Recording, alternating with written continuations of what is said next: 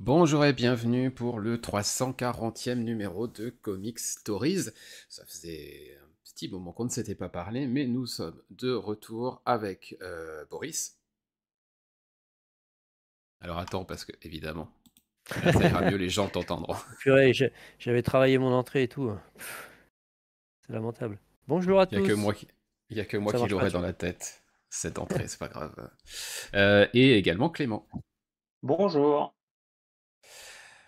Alors, je disais, ça fait un petit moment qu'on ne s'était pas parlé, mais ça n'empêche pas de revenir et surtout d'avoir pas mal de trucs à se dire. On va commencer, alors vous allez voir, les news, elles sont un peu mélangées à divers endroits de l'épisode. On va commencer avec deux actus, mais d'abord, je vais quand même saluer Xav qui est présent dans le chat. On a Gigos aussi, et puis les personnes qui ne chattent pas mais qui sont présentes. Bienvenue à vous.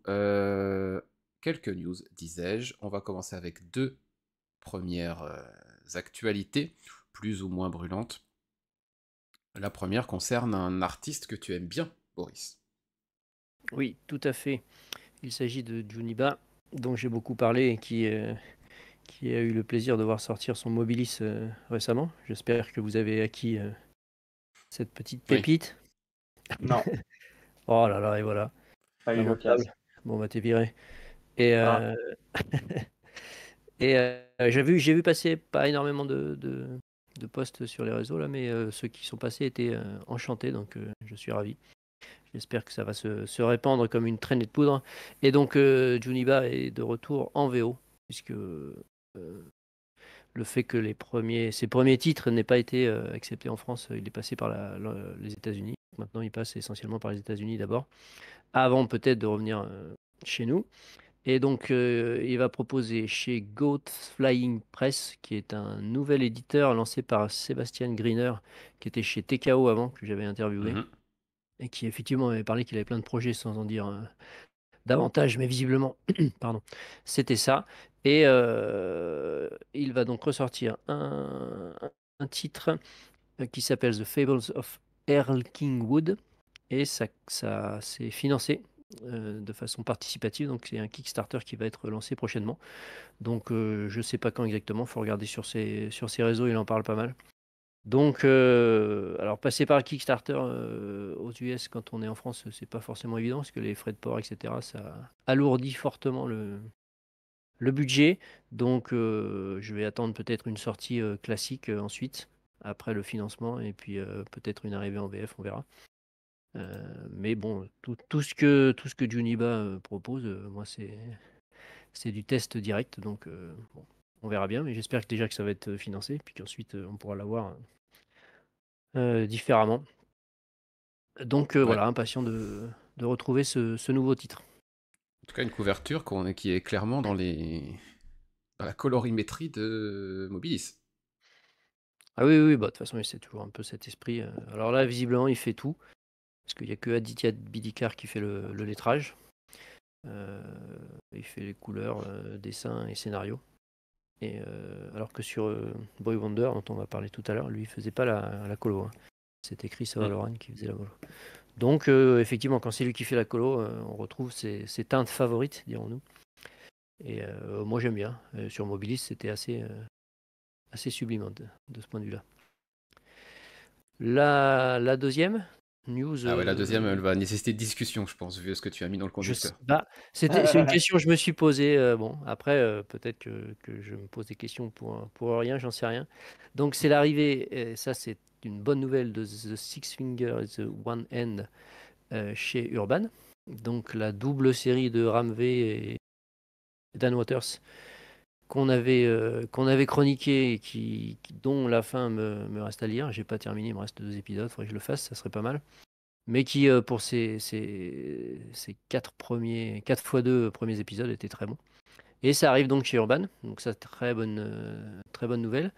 Alors la question, c'est qu'ils proposent un format qu'ils avaient déjà tenté. J'imagine que ça va être la même chose avec Watchmen, que tu avais Ouais. acquis, Mathieu, je crois. Ouais. Sous forme de fascicule avec un épisode de chaque, puisque c'est une double série qui se lit par alternance. Un épisode de chaque. Et ça, en fait, c'est un petit peu deux points de vue d'une même histoire. Bon, même si c'est peut-être un petit peu plus complexe que ça. Et donc, l'idée que propose Urban, c'est voilà, de rassembler un épisode de chaque série dans un fascicule qui va sortir tous les mois, a priori, je pense, oui. Oui, Au prix de 7,90. Ouais, Le c'est ça. premier avec exactement. 72 pages et après 64 pages. 31 janvier, 28 février, etc. Donc, pourquoi pas. Alors, après, vu l'état du marché, on répète souvent quand même qu'il y a des difficultés à vendre, etc. Je me posais la question de savoir si c'était une bonne idée ou si ça va être un flop, parce que les gens vont attendre sans doute la probable intégrale qui va arriver, certes peut-être en fin d'année prochaine, début peut-être fin 2025, peut-être début 2026, mais il Mm. est possible que, enfin c'est sûr que ça va arriver, enfin je vois pas, à moins que ça soit un four complet, mais il y a des gens qui vont sans doute attendre l'intégrale, quoi, vu la politique actuelle de l'éditeur qui ressort pas mal de séries en intégrale. Donc c'était la question, est-ce que c'est une bonne idée, c'est-à-dire de retrouver cet esprit serial que d'avoir un épisode tous les mois, voilà, d'aller chercher son double épisode à la librairie tous les mois, ou est-ce que en fait ça va pas forcément marcher, est-ce que c'est voué à être un échec si on attend l'intégrale derrière, quoi. Ouais. Moi j'avoue que Pour moi, Vas-y, je te laisse parler, j'ai assez parlé. en termes de prix, on va s'y retrouver par rapport à l'intégrale, je pense, puisqu'on va être en gros à 8 euros. Il y a 5 numéros, donc on va être sur 40 euros pour 10 Oui, ils ont fait les épisodes. calculs, je pense, hein. Je pense qu'en grand format urbain, on sera autour de 40 balles hein, sur un seul volume. Donc je pense qu'en termes de prix, il n'y a pas tant de différence que ça. Là, ils nous proposent une expérience qui change un peu et qui se rapproche un peu de ce qui est proposé aux US. J'aime bien l'idée de proposer aussi le premier volume avec le petit coffret qui va bien. Et en fait, ce que je me suis dit quand j'ai vu l'annonce, surtout, c'est bah voilà, c'est ça qu'ils auraient dû faire pour One Bad Day. Oui, La série de One Shot complètement. Batman là, de 70 Ouais, pages qu'ils nous ont vendu à 15 balles pièce. ouais, Bah voilà, ils avaient possibilité de le faire autrement, de le faire comme ils font pour One Hand and Six Fingers. À sortir le premier ou le dernier numéro, peu importe, avec un coffret vide pour les regrouper tous. Euh, je trouve ça aurait été, en termes de politique tarifaire, plus acceptable. Oui, oui, parce que là, c'est a priori le même format. Alors, c'est pas Mm. précisé. Moi, j'ai pas été voir sur les réseaux davantage si c'est du cartonné, mais j'imagine que c'est du cartonné. ouais, c'est dans la collection. Euh, Je regardais, c'est la collection Urban Indies, donc ouais, donc il y a quand même des chances, à moins logiquement, qu'il. ça devrait être du cartonné et ça serait. C'est pour le coup, tu parlais de Watchmen, effectivement, ça reprend un peu la même idée du format, mais mon souvenir, pour le coup, Watchmen, c'était pas dans cette collection-là.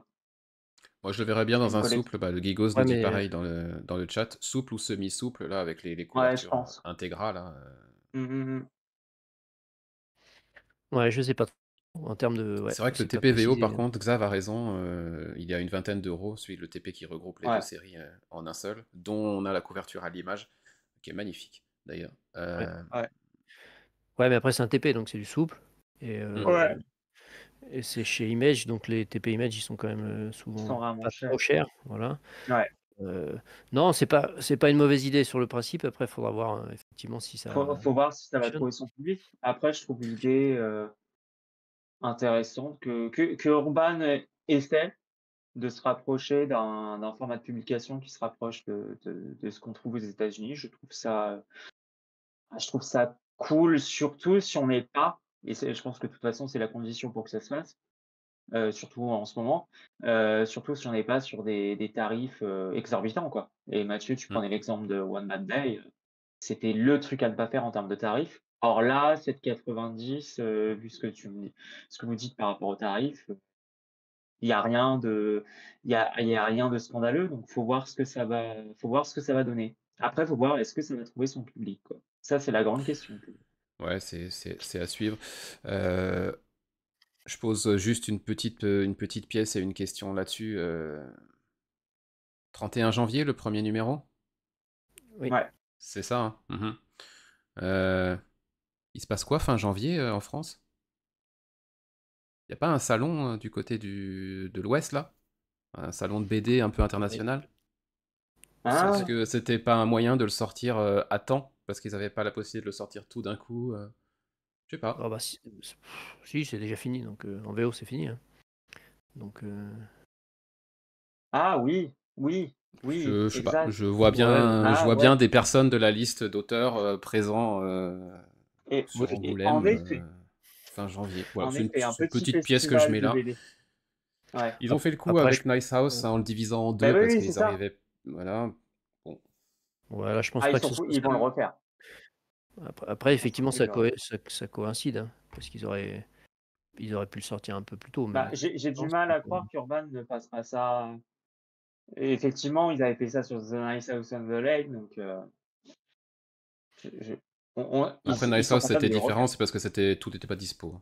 oui Donc, voilà, mais c'était pas Ouais. mais bon, j'en Mais sais ouais. rien, c'est juste un petit white guess comme ça que j'ai eu non, non, en mais vu la voyant date, c'est l'annonce et la possible que date. Voilà. C'est Je me fort suis dit tiens. possible. François c'est Hercouet par possible. bien de souple, nous dit Gigos dans le chat. Merci Gigos pour OK. la précision de cette news. Bon bah voilà, on reviendra plus tard sur de l'actu. En tout cas, moi je vais profiter de ce format pour continuer la série parce que j'avais vraiment aimé les deux premiers numéros. Donc. Ah non, c'était très sympa, ouais.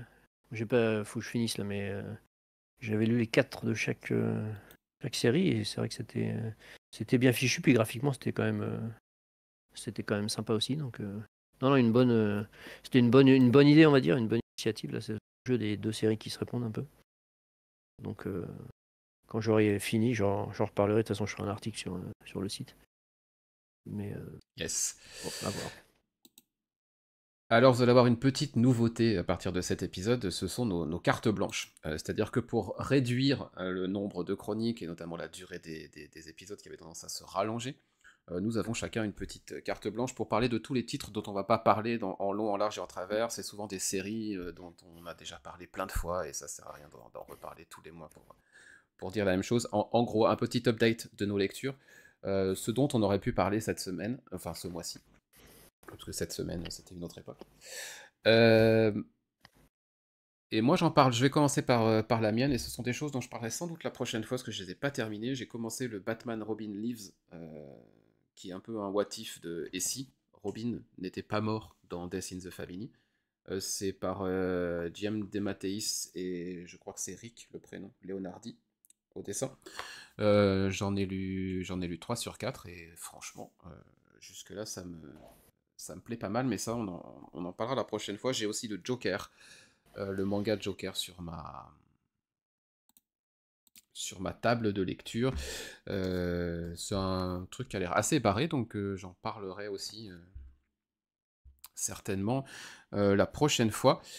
Et puis je crois que ce sera tout pour ma carte blanche, parce qu'en fait, ce que j'ai remarqué récemment, c'est que j'ai bien moins de coups de cœur qu'avant, et il y a bien moins de choses que j'aime dans les comics que j'ai lus ce mois-ci et le mois dernier. Soit je suis un peu plus difficile, soit je trouve que le marché est un peu en baisse de régime, et j'ai franchement moins de choses qui me captivent comme avant. Je, je sais pas si vous deux c'est le cas aussi, mais Euh, Non, non, moi je trouve mon bonheur. Faut trier un peu, quoi. Voilà, ouais, c'est c'est ça, mais ça. Bah, c'est vrai que moi, je reste sur les titres. Alors, des titres douteux pour vous, hein, mais j'ai tendance à rester sur, entre guillemets, mes valeurs sûres. J'ai moins tendance à aller vers des nouveaux titres, ça c'est clair. Et ensuite, bah, je deviens un peu plus quand même difficile avec l'âge, ça c'est clair. Maintenant, je ne sais pas si c'est en baisse de régime, mais par contre, c'est vrai que j'ai moins de comics qui vont vraiment, d'un mois à l'autre, vraiment me laisser un souvenir, impérissable. Après, est-ce que c'est une baisse de régime? Je ne sais pas. ouais. Et puis j'ai lu Ouais. aussi le Mobilis, le fameux, donc je vais pas en parler parce qu'on en a déjà bien parlé. Boris a fait une review, on a eu l'interview, tout ça. Juste en deux mots, c'est, je crois, le seul Juniba avec lequel j'ai vraiment accroché. J'ai tenté d'en lire pas mal d'autres, et celui-là, je crois que c'est le seul avec lequel j'ai vraiment accroché, donc je confirme plutôt ce qu'en a dit Boris, sans que ce soit pour autant un coup de cœur. Voilà. Ouh, Mais non, je l'ai honteux. aimé. J'en ai tenté d'autres, j'ai tenté... En fait, à la base, je voulais faire Full Juniba cette semaine, et j'ai lu lequel j'ai essayé, je t'ai dit. Jellia, un de ses tout premiers chez TKO. Mm. Bah, j'ai j'ai pas pu, j'ai pas pu aller au bout. C'était trop compliqué ou trop nébuleux pour moi, je sais pas, ou alors j'étais pas dispo pour ça, j'en sais rien. Mais ouais, j'ai pas accroché, contrairement à son Boy Wonder et à son Mobilis. Et comment ça s'appelle? Ce qui est sorti chez Panini. Oh, Monkey purée. Beat? Monkey Meat, t'as pas tenté? Bah, je l'avais tenté en VO, celui-ci. Ah, ok, d'accord. J'avais lu un ou deux épisodes en VO. Le format anthologique était sympa, je n'étais pas allé au bout, je sais pas pourquoi, mais j'ai vu qu'il y avait une édition à 10 balles qui était sortie en VF, donc pourquoi pas. Ouais, si tu arrives à le trouver, hein, parce que moi, mon libraire est incapable de me l'avoir. D'accord, Ah, Apparemment, un peu d'accord. compliqué à le choper. ok. Bon, bah tant pis. Bah tiens Clément, puisque tu parles, c'est toi qui vas Ouais, faire la première review de l'épisode et c'est le D'entre les morts, le Zorro d'entre les morts de oui, Sean Murphy. Incroyable que oui, tu aies lu ça, je trouve. Bah, de quoi? C'est presque incroyable que tu aies lu ça. Pourquoi? Je sais pas, ça sort de ta zone habituelle, je trouve. Ah, bah, j'aime bien quand même aller sur des titres, qui sortent de ma zone habituelle, comme tu dis, et puis c'est Sean Murphy surtout. Ok. C'est pour le coup, c'est Sean Murphy qui m'a attiré et j'étais très, très, très curieux de voir aussi en feuilletant l'ouvrage parce que déjà c'était évidemment très, très beau puisque c'est Sean Murphy et puis il faut dire que quand tu as des potes libraires qui te disent: «Lis ça, c'est trop bien», bah, du coup, tu es encore plus convaincu et puis j'avais souvenir qu'on avait, un certain Boris qui, de mémoire, avait fait une très bonne review sur le sujet, je Non, crois. sur Zoro? Je crois Oui? pas. Non, non, non, non, Tu avais non, pas fait de review sur le site? si, mais Non, enfin, j'étais pas mitigé. une très bonne dans le sens, Ah, très le bien écrite. contenu. Voilà, c'est ça. Très bien, C'est là, je suis ça, d'accord, là. c'est ça. Ça me Heu, va. Cette donc flagornerie, c'est insupportable. ouais, je sais pas s'il y a besoin de rappeler l'histoire, enfin, bon, on est alors c'est pour le coup, moi, j'y suis allé vraiment sur, un regard totalement, neutre, puisque je ne savais pas du tout, j'avais même pas lu le synopsis de l'ouvrage, en fait. Je savais pas du tout à quoi m'attendre. C'était vraiment la curiosité à son maximum et donc l'histoire, très, très, très générale, hein, c'est qu'en fait, bah, Zoro est célébré. Un acteur, doit jouer son rôle. Il va se faire légèrement tuer par, des cartels. Je sais pas si c'est drogue, mais enfin un cartel et puis et en fait, on va suivre l'histoire, de ces 2 enfants. Voilà, qui va recroiser le cartel. Enfin, il y a toute une histoire autour de ces enfants. Et bah, j'ai beaucoup aimé parce que franchement, je m'attendais pas du tout à ça. Ok. Pour le coup, je trouve qu'on sort des sentiers battus, par rapport à Zoro. C'est Mhm. très surprenant et je peux comprendre qu'on n'aime pas parce que c'est très surprenant. C'est une réint En fait, ce que j'ai aimé parce que c'est du Sean Murphy, c'est qu'en fait, je trouve que c'est une réinterprétation quand même du Zoro assez surprenante. Certains, je peux comprendre, certains choix peuvent être discutés ou discutables.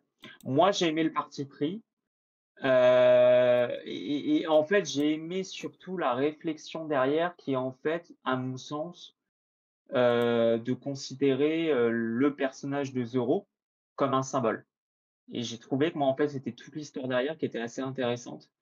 Même si parfois c'était dans mon souvenir, parce que ça fait un moment que je l'ai lu, bon, tu avais quand même certaines facilités en termes scénaristiques, mais n'empêche que j'ai trouvé l'histoire intéressante, les personnages étaient attachants. En termes de dessin, j'ai trouvé ça génial. Donc ça a été une très bonne surprise et ça a été, très surprenant. Je m'attendais pas du tout à ça, en termes de Zoro. Enfin, c'est surtout que du coup, Murphy inscrit Zoro par la force des choses, par rapport au contexte, de son histoire. Il inscrit en fait Zoro dans un contexte finalement contemporain Mhm. et c'est hyper surprenant à ce niveau-là. Ok. Maintenant, là, je vois ce que tu mets, Boris, dans le titre. Effectivement, il y a de grosses ficelles.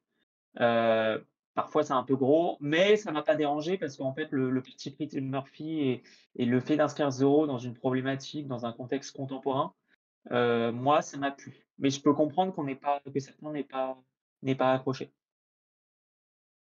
Ok. Urban qui est dans une période Zoro, hein, puisqu'ils sortent le Zoro d'Alex Stott.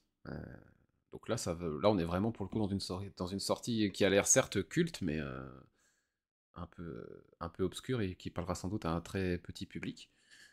Mais voilà, full Zoro en ce moment chez Urban. Boris, Ah, c'est à c'est à moi. toi de nous parler. Alors, Allez. en étant, on va dire, moins dense dans le verbe, parce que la seule chose que j'ai à dire de ce Last Ronin Lost Year, c'est que je l'ai feuilleté et que je l'ai reposé parce que je voyais pas les dessins au milieu des bulles. Euh, Ah ouais, ah ouais, à ce voilà, point? on va voir, Boris, toi, ce que tu en as Oui, pensé, bah, mais j'ai pas l'impression que t'es vraiment accroché. non, pas vraiment. Effectivement, donc c'est la suite enfin, c'est dans l'univers de l'astronine. Le Mhm. premier volume que j'avais plutôt bien aimé quand même, hein. C'était une bonne lecture, bien fichue. Ah oui, clairement. Ça réinventait C'est plutôt pas vraiment mal cool, ouais. l'univers, voilà. Ouais. Et la question c'était est-ce que c'était nécessaire de faire une suite, en tout cas un deuxième volume. Au vu du résultat, la réponse c'est non, hein, clairement. Alors, comme tu le dis, c'est extrêmement, mais alors extrêmement bavard. Il y a des pavés de textes, de dialogues. Les bulles sont énormes, tellement il y a de choses à mettre dedans. Et au final, ça n'apporte pas grand-chose au niveau de la lecture, hein. Alors, on suit la fameuse tortue qui était survivante dans The Last Ronin et qu'on va suivre dans une sorte de road trip où elle va chercher un assassin qu'elle doit retrouver. Euh, et en parallèle, on voit dans le présent, entre guillemets, ce qui est le futur là-bas dans cet univers, mais bon, ça constitue le présent, l'évolution des nouvelles tortues. Voilà, de nouveaux personnages. Donc il y a ces deux plans qui sont abordés. Franchement, j'ai pas été captivé du tout. Alors, effectivement, l'aspect pavé de texte ruine complètement le rythme de l'histoire. Donc, c'est infernal à lire, hein. Honnêtement, c'est vraiment. Je sais pas comment ils ont pu se dire que c'était une bonne idée d'en mettre autant. Surtout à une époque où on tend quand même plus vers la fluidité et laisser parler le dessin, on va dire. Là, ça raconte des choses qu'on voit presque sur les pages. Et puis, quand c'est pas le cas, c'est pas forcément très, très palpitant. Donc moi, j'ai même pas été captivé par l'histoire, parce que la partie où on suit la tortue, en fait, c'est un petit peu répétitif, quoi. C'est toujours la même chose. Elle arrive à un endroit, ça bastonne, voilà, elle trouve un nouvel indice, elle se fait des nouveaux potes. Enfin bon, je résume un petit peu, mais c'est ça. Et il y a un espèce de drame, voilà. Puis hop, c'est reparti, elle va à un autre endroit pour avoir de nouveaux indices, etc. Donc c'est redondant, c'est vraiment pas passionnant. Et puis la partie où on voit les nouvelles tortues, bah, je n'ai pas trouvé non plus que c'était très intéressant. Franchement, voilà, indépendamment du fait que c'est narrativement complètement daté et très lourd, même ce qui est raconté n'est pas passionnant. Donc, à part la partie graphique qui est plutôt correcte, hein, quand même assez solide, franchement, j'ai rien trouvé d'intéressant à tirer de ce deuxième volume. Je comprends pas trop, quoi. Qu'ils aient pu, en termes d'écriture, se laisser aller à cette lourdeur, quoi. Franchement, c'est assez décevant. Et puis, comme c'est vendu quand même relativement cher chez iComics, bon, moi, clairement, je le déconseille. Ça m'arrive rarement de déconseiller des titres. Mais là, j'ai rien trouvé de très intéressant au fil de la lecture, quoi. Et comme tu le dis, à un moment, on finit par sauter des bulles, hein, parce que c'est infernal, quoi. C'est Ah bah, infernal. moi, j'ai sauté le livre, hein, carrément. Oui, ça c'était plus simple. Non, mais voilà, moi, honnêtement, c'est vraiment un univers que j'adore, hein, les Tortues Ninja, tout le run de Vals. Bon, là, la partie de Sophie Campbell, je continue, c'est vrai que c'est quand même plus faible. Ça reste quand même pas désagréable, quoi. Je le suis, je suis content de retrouver les personnages à chaque tome. Bon, c'est plus ou moins bien écrit. Mais là, vraiment, je me suis dit, mais c'est sans intérêt, quoi. Ça m'a vraiment pas intéressé. C'était mauvais, quoi. Voilà, j'ai pas. crois que c'est un petit peu le ressenti C'est un petit peu le fond que de ta j'ai. pensée, j'ai l'impression, en effet. Voilà, non, mais j'essaye de pas être trop méchant, mais franchement, Non, parce que t'as j'ai raison, rien ça sert trouvé à rien, d'intéressant. mais voilà. Je vois Ok. pas, enfin voilà, c'est une vraie première grosse déception dans cet univers pour tout ce qu'a produit iComics, que ce soit les, les classiques, la série contemporaine, voilà, et puis l'Astronine. C'est la première fois où vraiment ça me tombe des mains, quoi, Ok. sans intérêt. Bon, on va se concentrer sur les intégrales, du coup. Bah, les intégrales, oui, et puis moi je continue à suivre la série régulière, là, les tomes. Non, je ferai une chronique du prochain tome bientôt, là, la semaine prochaine. Bon, c'est moyen, quoi, c'est un peu. Ça part d'une bonne envie, mais pas très bien exécuté. Mais bon, a priori, c'est la période un peu creuse. D'ici un tome ou deux, ça va redémarrer. Donc, moi, je perds pas espoir. Donc, et puis, a Faut priori, ce jamais qui se fait perdre en VO, espoir. là, la fin du run de Sophie Campbell et puis la reprise par Jason Aaron, ça a l'air quand même d'être correct. Donc je vais continuer. Ouais, j'ai des attentes Voilà, aussi voilà. sur Jason Aaron, en effet. J'ai l'impression que ça tarde à sortir en VO, mais j'ai des attentes et j'attends le premier tome avec impatience de ça. Et puis, il y avait Alors, c'est... Vas-y, ouais. Vas-y. Non, je Non, voulais vas-y. juste dire, en parallèle, il y a une mini-série de Juniba sur les tortues qui sort. Mais j'ai complètement zappé là. Je sais plus comment ça Ah, moi s'appelle. aussi. C'est vrai. Et il y a un truc qui sort. Alors je sais pas si ça va sortir en VF. Sinon je le prendrai en Bon, il n'y a pas de raison VO. que ça sorte pas. Bah ça dépend un peu. Hein, si iComics, voilà. Si C'est le les tortues. si le run de Sophie comme. Ouais, mais si je sais pas. Des fois c'est un peu curieux. Si le run de Sophie Campbell se vend pas très bien, ce qui semble être le cas, ils vont peut-être se limiter à la série principale. Hein. Donc bon, on verra bien. On verra, mais j'ai l'impression que Johnny Ba, quand même, plutôt le vent en poupe. Avec Ah, ouais, je sais pas. avec le C'est succès de pas. Mobilis, notamment. Oui, oui. Oui, mais tu vois, toi, t'as pas trop accroché. Il y a des gens qui accrochent pas Ah du si, tout. Hein. Mobilis, si. Oui, non, mais je veux dire, les Justement, autres. Mobilis, c'est le seul de lui que j'ai aimé.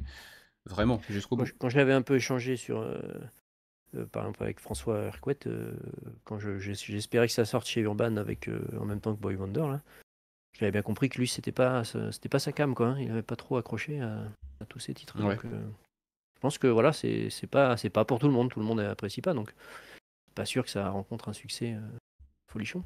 Même si Mobilis, c'est le plus sobre, on va dire. Voilà, c'est le moins foutraque, c'est le plus. En Ouais, termes c'est de ça. lisibilité aussi, au niveau des planches, en termes de lisibilité, si vous avez regardé un peu l'interview que j'avais faite, où il avait travaillé là-dessus, justement. C'était un de ses objectifs sur ce livre, Mm. de travailler la lisibilité des planches et ce genre de choses. Et c'est vrai que c'est plus épuré, on va dire. Et donc, à même d'attirer plus de monde. Donc, Gigos dans le chat nous dit que Night Watcher, donc c'est la mini-série scénarisée par Johnny Ba, il est uniquement au scénario, il fait pas la partie graphique. Ah oui, c'est Euh, vrai. et C'est le machin. numéro 1 lui a bien plu, Ferro, le dessinateur est efficace, dit-il. c'est Ferro P ou un truc comme ça, je crois. Oui, puisqu'il m'a C'est, dit qu'il écrivait des scénarios pour un autre dessinateur et que c'était pas comme. Parce que lui, il écrit rien en fait. Enfin, il écrit rien. Il improvise beaucoup Ouais, quand il fait ses trucs, ses comics. Mais quand là, fallait écrire pour quelqu'un d'autre, c'était pas pareil. Quoi. en Enfin effet. voilà, parenthèse fermée. Alors, comment dire? C'est une coïncidence. Mais il se trouve que j'ai l'impression qu'on va se faire des amis ce matin. Ah non, C'est Clément qui va Ouais, enchaîner mais avec Clément n'a. le Dawn Runner de Ramvé et Evan Kagel. Donc ouais. on parle pas de... Alors je vous mets la couverture en visuel de la VF, mais là on parle vraiment de la lecture VO hein, de Clément. Moi, je parlerai des deux, moi. Mais Clément n'a pas de goût, donc je vais le laisser parler, puis ensuite je donnerai un avis éclairé. Allez, c'est Vas-y. Ouais, parti. Vas-y Clément. parce qu'on a dit est pas le cas. Oui, je vais être très, très rapide. Donc, Dawn Runner, c'est terminé en VO, je crois, le mois dernier. Donc, ça a coïncidé plutôt bien avec la sortie VF.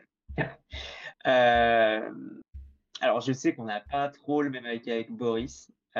Pour moi, Dawn Runner n'est pas loin de là le chef-d'œuvre annoncé. Alors, qu'on s'entende, hein, ça reste une bonne lecture, ça reste une histoire intéressante, mais pour moi, c'est pas du tout, j'ai pas trouvé ça comme étant de l'ordre, du chef-d'œuvre. Alors peut-être que c'est le fait de le lire en VO, en single, qu'il y a les mois, qu'il y a les mois de sortie qui font que la lecture du coup, est moins palpitante, mais l'histoire m'a pas l voilà, j'ai pas pu accrocher plus que ça à l'histoire. Oui, les personnages sont intéressants, l'histoire est sympathique, mais ça en reste là. Après, il y a pas à dire, hein, en termes de dessin, c'est une dinguerie. Ça, clairement, je vais pas le nier. Mais voilà, en termes d'histoire, je trouve que c'était pas le chef-d'œuvre annoncé. Donc, pour moi, c'est sans doute une des petites déceptions de cette année. Je m'interroge pour le coup, dans quelle mesure ça n'aurait pas mérité peut-être d'être un peu plus long en termes de série, parce que j'ai trouvé, notamment sur la fin, que c'était finalement assez expéditif, quoi. Bah, après voilà, c'est que de l'ordre du subjectif, du ressenti. J'ai pas c'était bien, c'était une bonne lecture, mais c'était une bonne lecture. Je vais Mmh. laisser la parole à Boris. Boris, chef-d'œuvre ou pas chef-d'œuvre du coup, ce Dawn Ah Runner? non, bah là, je croyais que Clément allait être bien plus virulent. Ah non! Donc on n'est pas loin du même ressenti. Non, ça n'est pas le chef-d'œuvre annoncé. Évidemment, j'en avais déjà parlé. À force de dire que c'est un chef-d'œuvre, les gens ont beaucoup d'attentes. Et puis bah, quand on le lit, on se dit bah non, c'est pas ce qu'on m'a proposé, quoi. Bah non. Mais c'est une très très bonne lecture, oui. Moi, j'ai pris beaucoup de plaisir à lire ce Dawn Runner. Alors, je l'ai suivi en single. J'avais lu les 2 premiers mensuellement, je crois, puis après j'avais fait comme je fais souvent, j'ai perdu le fil et donc je les ai relus d'un seul coup, les 5 à la suite. Donc effectivement, ça modifie peut-être Ouais, le ressenti de lecture. Ça permet de pas trop être perdu, de bien se souvenir de ce qui s'est ça. passé, de rester, on va dire, dans l'ambiance. Mmh, mmh Donc mh. je pense que Sans ça doute, joue ouais. pas mal aussi, effectivement. Ouais. Donc il y a une part, on va dire, action, baston, avec des cailloux, des mechas.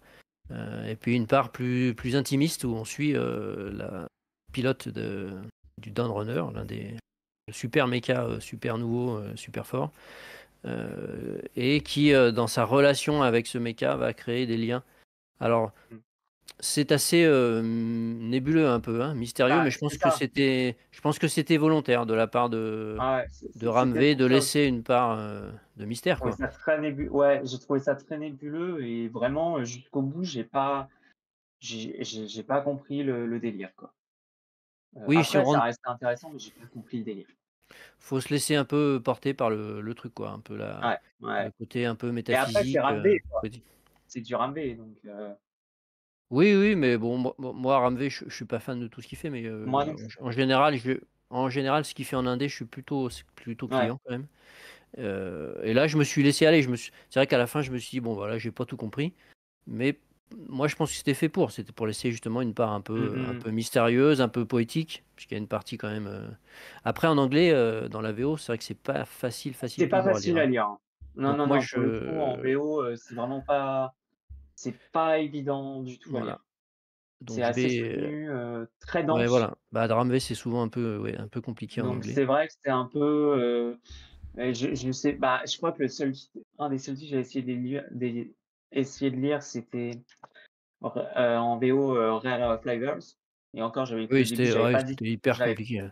j'avais pas du tout accroché, vraiment pas et en fait, effectivement, bon, c'est peut-être le style aussi de Ramvé qui me va pas, Oui, oui. tout Bah, simplement. je confirme, moi je l'avais pris en VO et j'avais pas été au bout parce que je trouvais ça compliqué, enfin mon niveau d'anglais, Ouais, personnel, était et je l'ai relu en VF là avec la version urbaine et j'ai bien ouais, accroché et j'ai vraiment bien accroché, quoi. ouais, Donc je pense que ça peut-être joue aussi le de pas tout ouais, comprendre, c'est un peu embêtant. Là j'ai la VF, que j'ai reçue, donc je vais la relire et je pense que ça va éclairer un peu le Dinde Runner, je mais pense, ouais. même sans tout comprendre, ça m'a bien plu.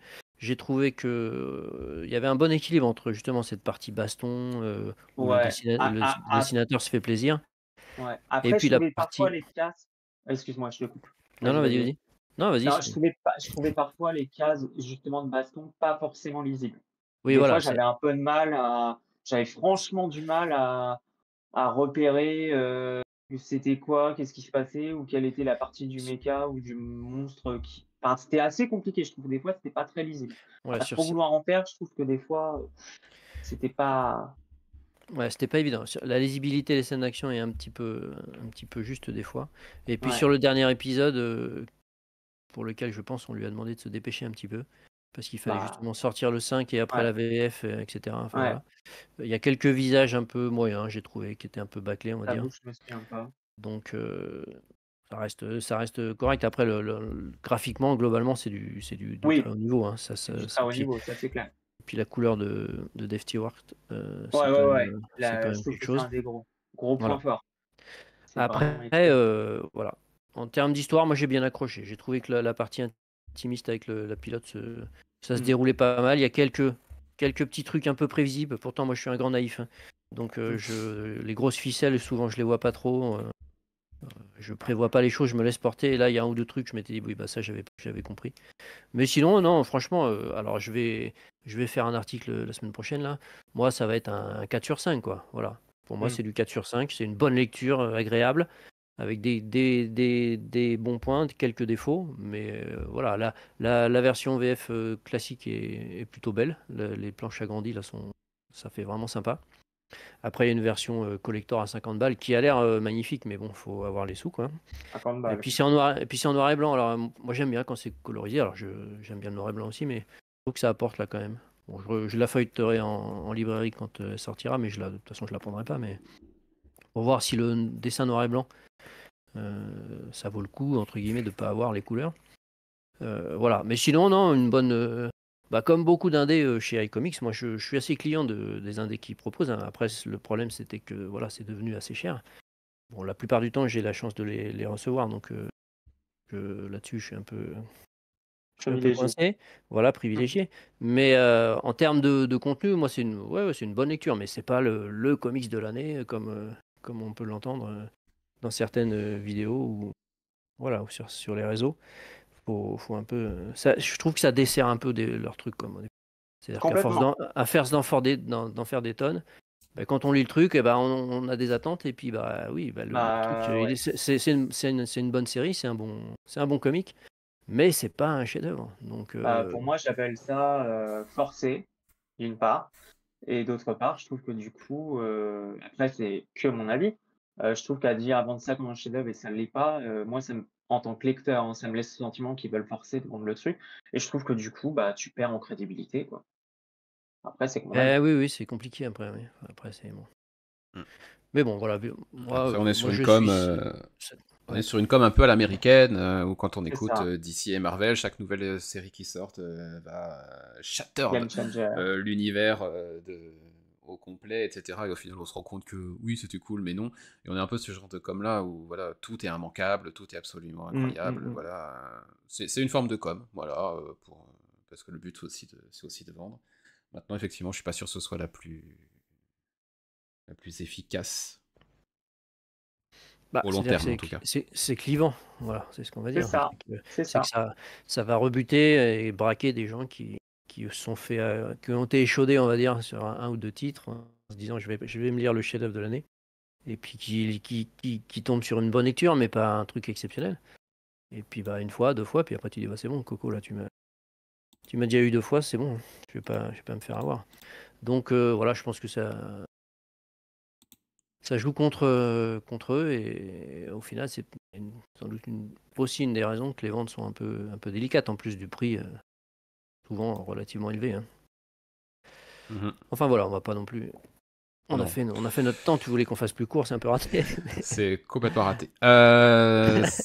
Je vais continuer du coup avec comment ça s'appelle? Ça s'appelle Absolute Power.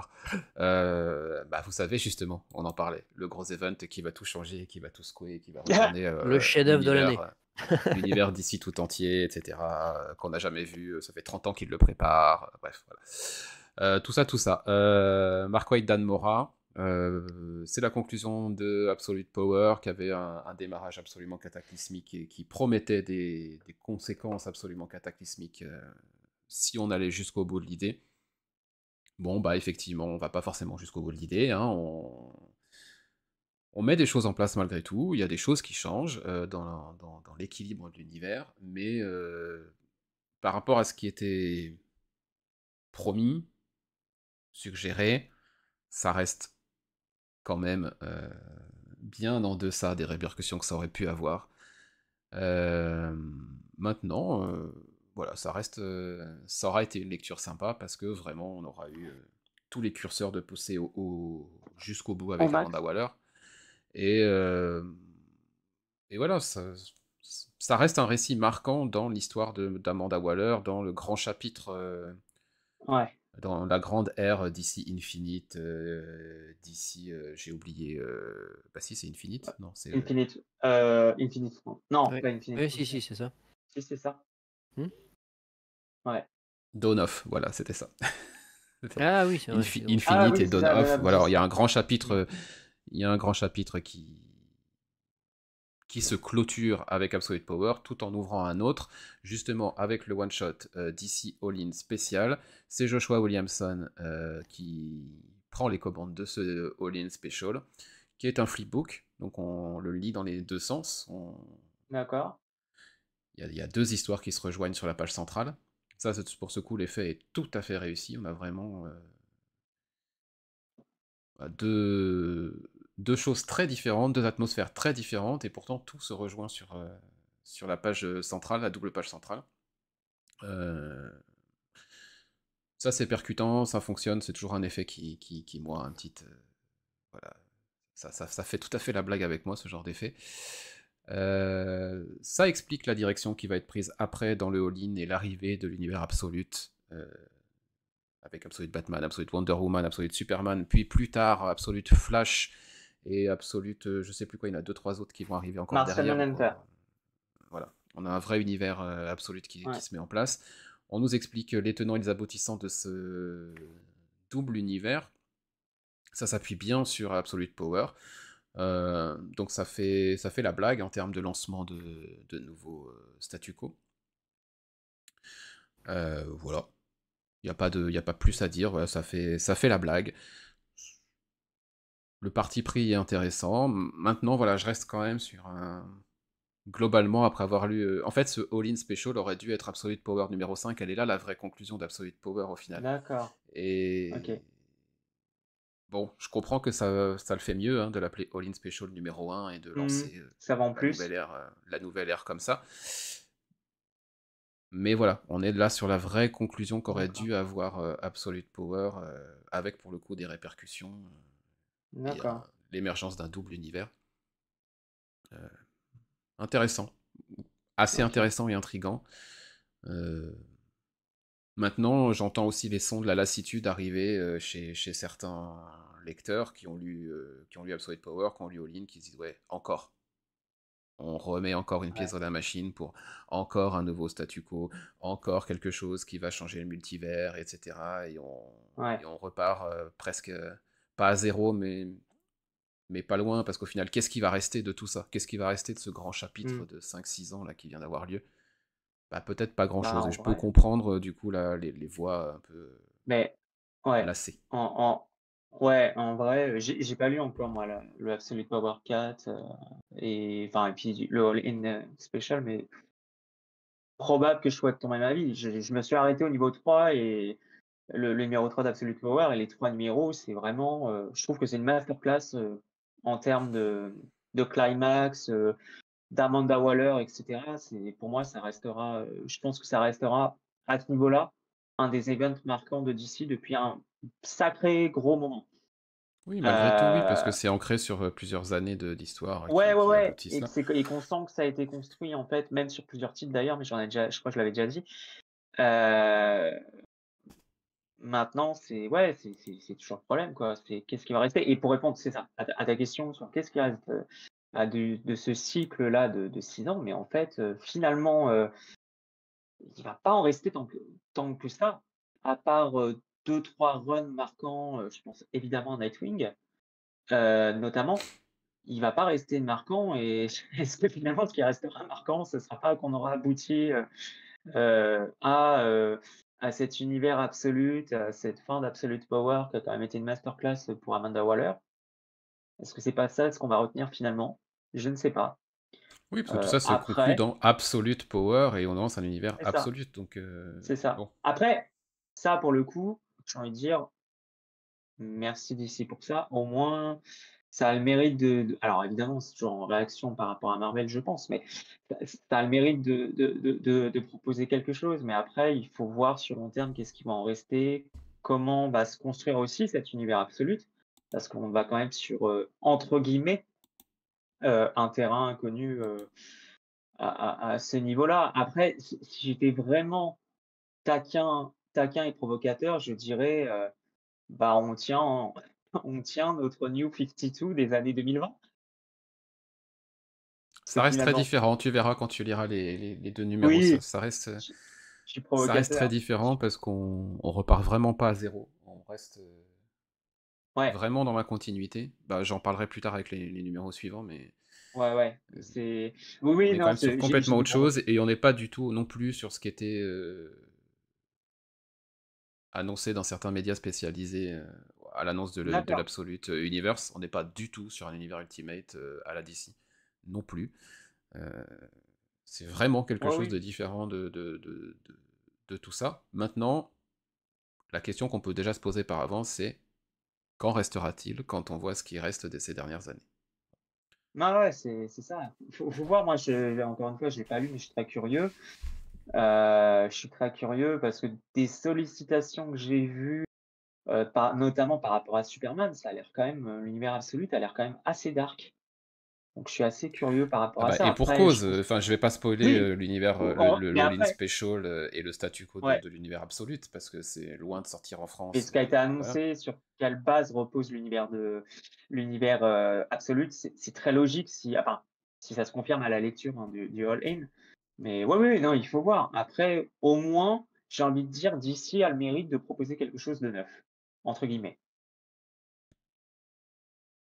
à ce On niveau-là. verra après quand je vous parlerai des numéros de All-In C'est ça. si Ouais. c'est vraiment quelque chose de Ouais, neuf. On ouais. va Après moi Boris, juste vas-y. un petit mot, parce que moi je suis pas en VO, mais je suis en VF quand même et j'ai trouvé quand même que sur la partie, Dawn of là, il y avait quand Ouais. même pas mal de séries, bien sympas, hein. Moi Ah j'ai oui, bien oui, aimé le oui. Superman, je suis, merde comment ça s'appelle? Le Green Lantern, voilà. Alors Tom Taylor sur Nightwing, j'ai beaucoup aimé le début, je trouve que petit à petit ça se délite un peu. Je vais aller jusqu'au bout, mais j'ai trouvé ça un peu moins bon. Enfin voilà, je prends du plaisir quand même à lire les séries d'ici Oui, oui. de cette période. Il y a quand même Oui, il des y a eu trucs de très sympas. bons Alors trucs. après, évidemment que ça renouvelle pas, c'est compliqué hein, de se renouveler, se renouveler après des décennies d'histoire. Mmh. Moi, du moment que c'est des bonnes histoires qui, voilà, que si je passe un bon moment, ça me va. Après, Alors des ça échos que j'ai eus, renouvelle, ça va. Ouais, là, ça renouvelle. ça Mais, renouvelle, mais ça et- ne modifie pas, ça n'avance Oui, pas. ouais, oui, Dans la oui, après, grande trame de l'univers d'ici, finalement, assez peu de choses avancent. Mais comme chez ouais. Marvel, c'est pareil, hein. Ah oui, oui, ah oui. oui, bon, oui, c'est même, oui, il y en a Enfin, Après, c'est chez pareil. Marvel, il y a pas Non, c'est pas grand-chose, pareil, hein. mais enfin Marvel, ils avancent en faisant énormément de recyclage. Mais non, ouais, après, oui, c'est sans doute le problème de toute façon, que ce soit chez DC et Marvel, c'est qu'ils avancent, mais ils modifient pas, ils veulent pas modifier.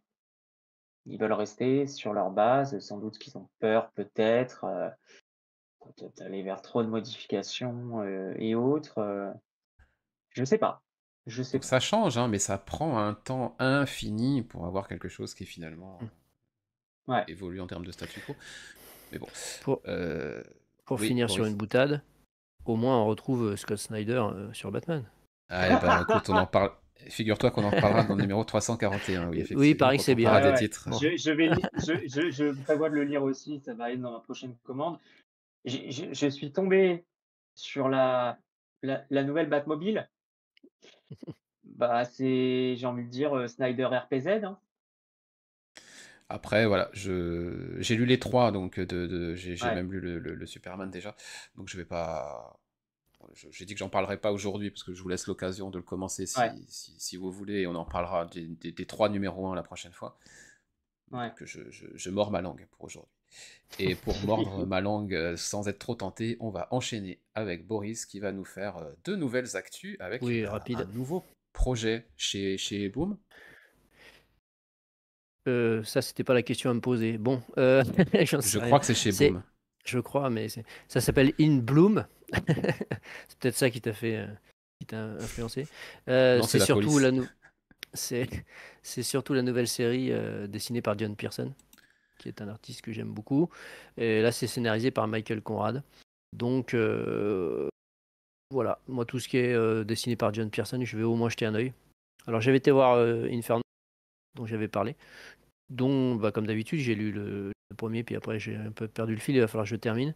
Qui était une série sympa, mais pas exceptionnelle, hein, en termes de scénario. On en avait parlé, je crois, Mathieu, tu l'avais lu, tu n'avais pas Mm. trop accroché, toi. Bon, bah là, pareil, je vais aller voir ce que ça vaut, et puis ne serait-ce que se régaler pour les dessins. Et puis on verra si ça vaut le coup de continuer ou pas. Mais voilà, je voulais le signaler, parce que si vous aimez ce dessinateur, c'est à ne pas rater, je pense. Au moins à tester. Et puis bah, l'autre annonce, ça tout le monde en a Ah bah, parlé, hein, depuis. C'est la news de la semaine du la week-end dernier, fin, j'ai envie de dire. la fin de Chip Zdarsky sur Batman, ce qui est déjà une bonne nouvelle. C'est Et, ça. après, pour le remplacer, bah, ce sera Jeff Loeb et Jim Lee. Alors bon, quand j'ai vu ça, moi je me suis dit, bon, ouais, je n'avais pas trop d'avis parce que bon, voilà, ça fait un peu ressortir les vieux quand même, hein, du placard. Mais quand j'ai vu pourquoi en plus, donc ils ont annoncé que c'était Hush 2. Ouais. On Et parlait de là, recyclage chez moi, Ouais. Marvel il y a deux voilà, moi à secondes. titre personnel, quand j'ai vu ça, je me suis dit, c'est pas possible, c'est une blague. Ouais, Enfin, c'était. je parlais en termes de recyclage chez Marvel, là, en termes de Alors, recyclage, c'est voilà. parfait. Alors peut-être que quand bon, je le lirai, ça va sortir en VF, j'irai jeter un œil, etc. Mais annoncé comme ça, on se dit c'est pas possible, ils ont pas d'idée quoi. Ils sont obligés de Ouais, reprendre un truc avec les mêmes auteurs. Enfin, est-ce que ce sera une suite? Ce sera peut-être même pas une suite, on sait pas. Mais enfin, bon, je c'est trouve pas. que c'est un peu, je trouve ça un peu nul quoi. Enfin, ils ont vraiment pas d'idée au point de reprendre des titres et voilà, ça fait un peu comme les films Ouais, numérotés où le ouais. 1, le 2, mince, comment ça s'appelle? Voilà, on reprend parce que ça a marché et puis voilà, puis au bout de 2 ou de 3 en fait, on s'en fout parce que c'est complètement nul. Là, voilà, ça me fait un peu ça fait vraiment très réchauffé, quoi.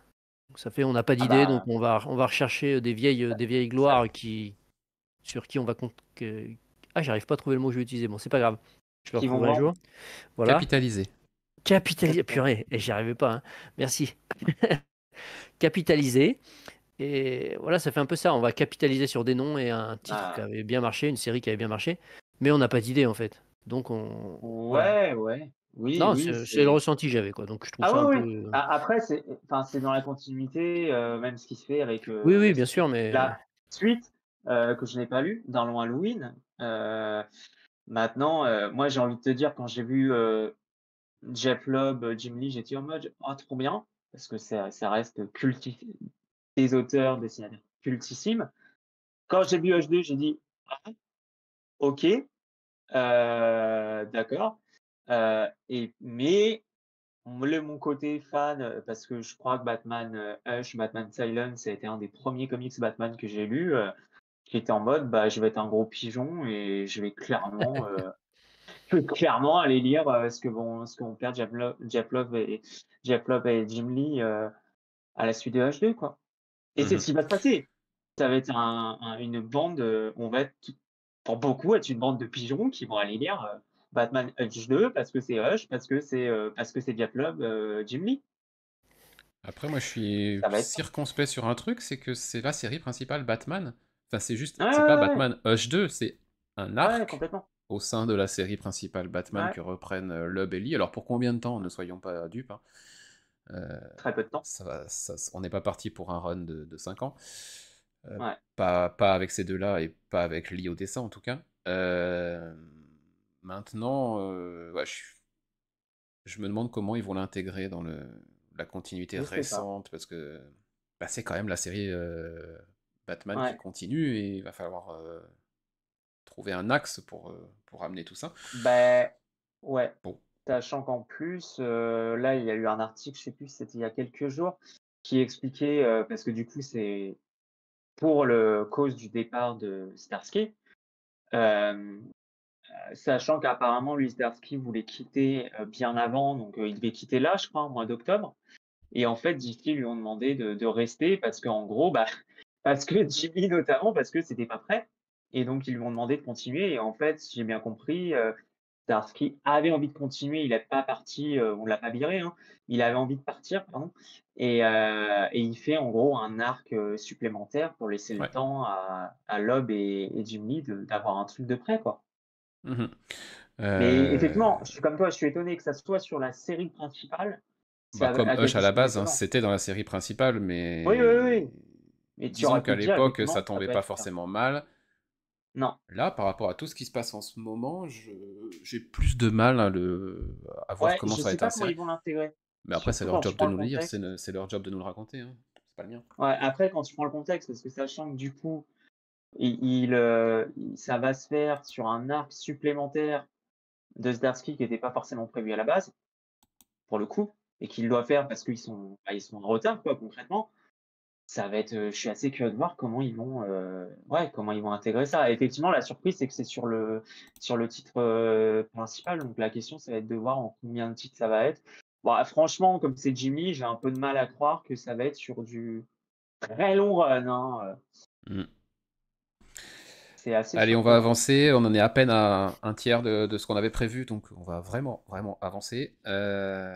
Et on va enchaîner avec qui? Avec Boris, je crois, Allez, si tu veux. qui va attaquer sur le Minor Arcana, la nouvelle série de Jeff Lemire, chez Boom. Oui.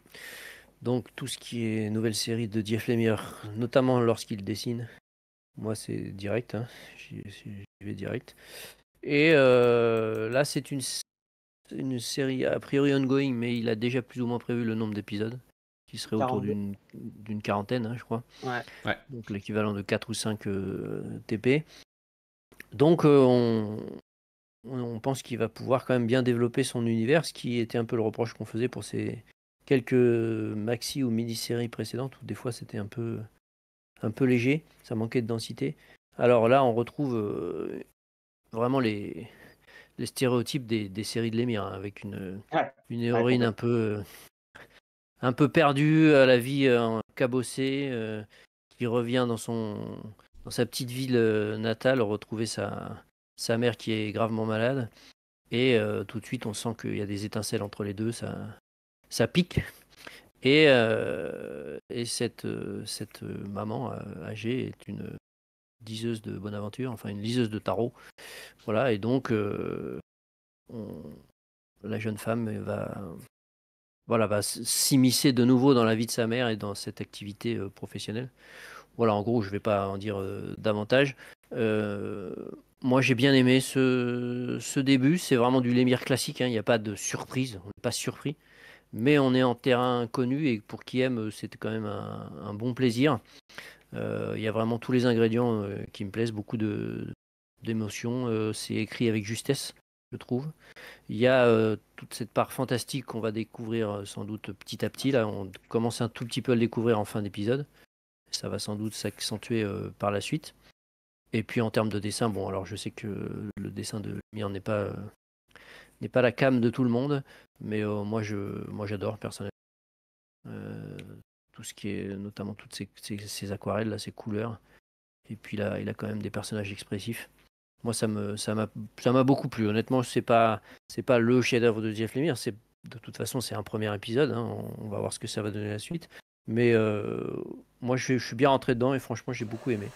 Et je suis plutôt, pour l'instant, plutôt optimiste pour cette série. Si ça reste du même niveau sur les 40 épisodes, moi, ce sera une lecture très régulière, très, très appréciable. Voilà, comme vous l'avez lu aussi, je vous laisse donner votre avis. Je suis sympa. Clément, est-ce que tu as quelque chose à ajouter sur ce Minor Arcana?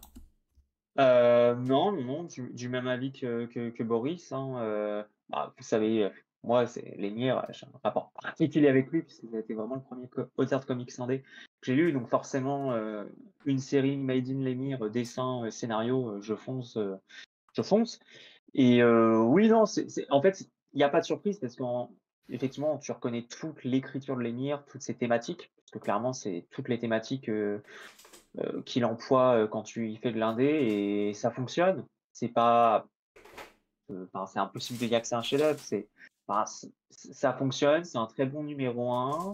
Tu as les bases qui se posent, faudra voir ce que ça va être sur la durée. Mais ça fait le taf, c'est très mystérieux.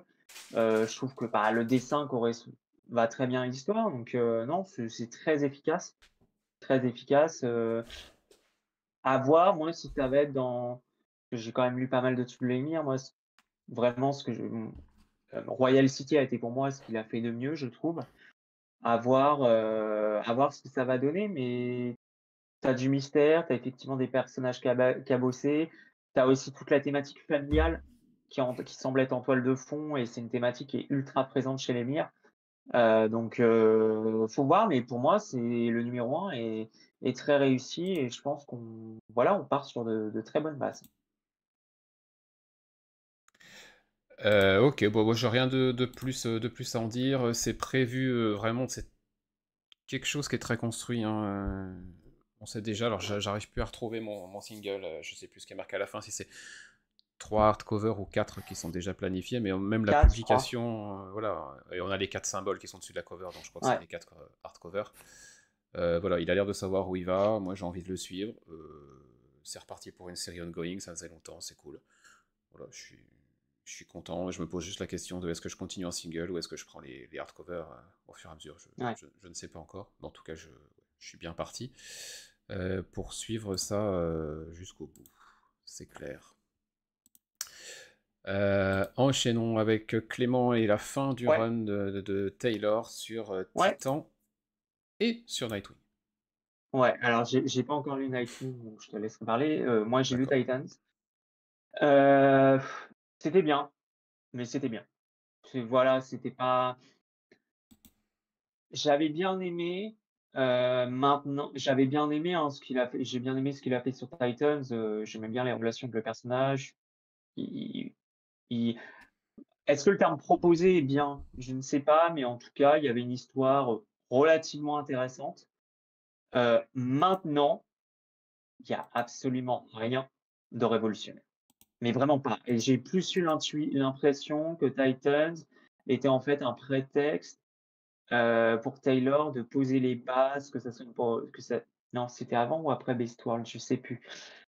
Pour Beastworld, pour, tout ce qui allait se passer sur Absolute Power, pour essayer de faire avancer Nightwing sur certains aspects. Enfin bref, c'était plus un prétexte qu'autre chose, mais bon, en fait, j'ai eu l'impression, j'avais bien aimé, et disons que l'arc peut-être que j'ai le moins apprécié, c'est peut-être le dernier, avec le Dark, Winged, Queen, parce qu'en fait, j'ai trouvé qu'en fait, il y avait rien de révolutionnaire et qu'en fait, on tourne en rond, parce qu'il y a toujours, on est toujours, sur, cette problématique autour de Raven, quoi. Et en gros, l'histoire, c'est ça, de Titan, c'est ça. Et en fait, bah, moi, je vais pas continuer après, hein, parce que j'ai fait le choix de m'arrêter sur ce qu'a fait Taylor, sur que ce soit Nightwing ou Titans. Mais voilà, j'ai l'impression qu'en fait, il a fait, sur Titans, hein, il a fait un truc, mais en fait, bah ok, ça change absolument rien à l'équipe des Titans, au rapport entre personnages, vraiment, c'est pas rien de révolutionnaire et rien Ok, d'original surtout. ok. Et la conclusion de Nightwing, donc c'était l'arc Falling Grayson, part 5 of 5. Le dernier arc, donc Fallen Grayson, vous comprendrez pourquoi le titre de cet arc est celui-ci quand vous lirez. On est, voilà, bah ça y est, c'est la conclusion du très long run, parce qu'on est quand même sur un long run sur le personnage, hein. Numéro 70 quelque chose, ça a commencé, donc on en est au 78, je 118. crois? Ouais, c'est un truc comme ça, ouais. Ouais. Donc voilà, il a eu le temps d'installer des choses, de changer un petit peu la face de Bloodhaven. Il y a pas mal de choses qui, pour le coup, ont évolué autour de Nightwing. Une conclusion pour passer la main au suivant. Tout à fait calme, classique, sans faire de vagues. Voilà, on range poliment les jouets dans un numéro que moi j'ai trouvé un peu rapide pour conclure tout ce grand chapitre. Il y avait quand même pas mal de choses qui étaient encore ouvertes. Je trouve que la grande résolution autour de Heartless, Ouais. ça va trop vite. Enfin, tu peux pas. Tu peux pas construire un arc d'une quarantaine de chapitres autour avec le même méchant et le refermer de manière aussi Ouais, légère et rapide en 3 pages. ouais, C'est pas possible. j'ai ouais, j'ai pas lu encore le numéro 5, mais j'avais eu cette impression. Alors, je trouvais les 4 premiers numéros de l'arc, je les trouvais très bien, mais j'avais cette impression qu'en fait, parce que Athlète, de mémoire, il est en toile de fond, hein, tout le long du run, mais Depuis le finalement tu début, le depuis le vois premier numéro. depuis le premier numéro, mais finalement en tant que, on va dire, part active, tu le vois, bah, en fait, vraiment par active à partir du début, en fait, du dernier arc. Sauf qu'en fait, et moi j'avais déjà trouvé que c'était très expéditif, que c'était limite d'un cheveu sur la soupe, quoi. Ça apparaissait comme ça, qui passait à l'action, en fait, d'un seul coup. Donc, de ce que tu dis, même si encore une fois je l'ai pas lu, ça sera dans mes lectures, là, dans ma prochaine commande, ça me surprendrait pas parce que j'avais déjà cette impression, sentiment que ça allait être assez expédié, quoi. Parce que finalement, ouais, Il était bien en avant souvent, il est passé à l'action souvent, il a eu un annual avec ses origines, enfin vraiment, on l'a vraiment vu ouais, beaucoup, beaucoup, beaucoup. ouais, c'est vrai. Il méritait mieux que ça, pour sa conclusion. Ouais, parce qu'il est intéressant en plus. Mais c'est Il est très pas... intéressant, Heartless. Voilà, le run restera un run que moi je retiendrai comme sympa. On va enchaîner sur autre chose par la suite, avec une nouvelle équipe. Ça reste un des runs faciles d'accès pour découvrir le personnage, Mmh, et en ça, il fait tout à fait son job. Maintenant, je trouve la conclusion un poil rapide. d'accord. À voir ce que ça deviendra par la suite, et j'en ai une petite idée, parce que j'ai lu du coup le nouveau chapitre de Titans dans le branding All-In, c'est le Titans numéro 16, donc on salue DC qui met un nouveau branding, un nouveau statu quo en place avec le DC All-In Special, mais qui ne change pas la numérotation des séries. Après le Titans 15, ce n'est pas le Titans 1, mais bien le Titans 16, avec une nouvelle équipe, donc c'est John Layman et Pete Woods. Moi, John Layman, j'aime beaucoup, c'est pas un secret, entre Chou et Chou, parce que Farm Hand, c'est pas lui, c'est Rob Guillory. Euh, on est sur, voilà, on repart sur une nouvelle ère, on va dire, mais tout en restant dans l'ère précédente. Il y a vraiment un passage de témoin tout en douceur qui se fait. Les événements précédents ne sont pas oubliés. On continue, euh, on continue à avancer. On rebondit sur ce qui s'est passé dans le DC All-In Special. Et on va être sur une intrigue autour du temps. J'en OK. dirai pas plus. Voilà, une intrigue autour du temps avec un adversaire qui se révèle sur la fin du numéro que je n'attendais pas ici. Pour une fois, on a quelqu'un qui ne démarre pas un run sur Titans en nous parlant de Trigon Ouais. et de Raven. Et on a un méchant que moi je suis content de voir, je l'attendais pas ici, franchement c'est cool de le voir ici. Euh, et ça fait sens en plus par rapport au passé riche maintenant de l'équipe, donc intéressant. Intéressant franchement, je suis peut-être pas très objectif parce que c'est mon équipe effectivement préférée, mais intéressant de les voir dans cette situation par rapport à la problématique du temps.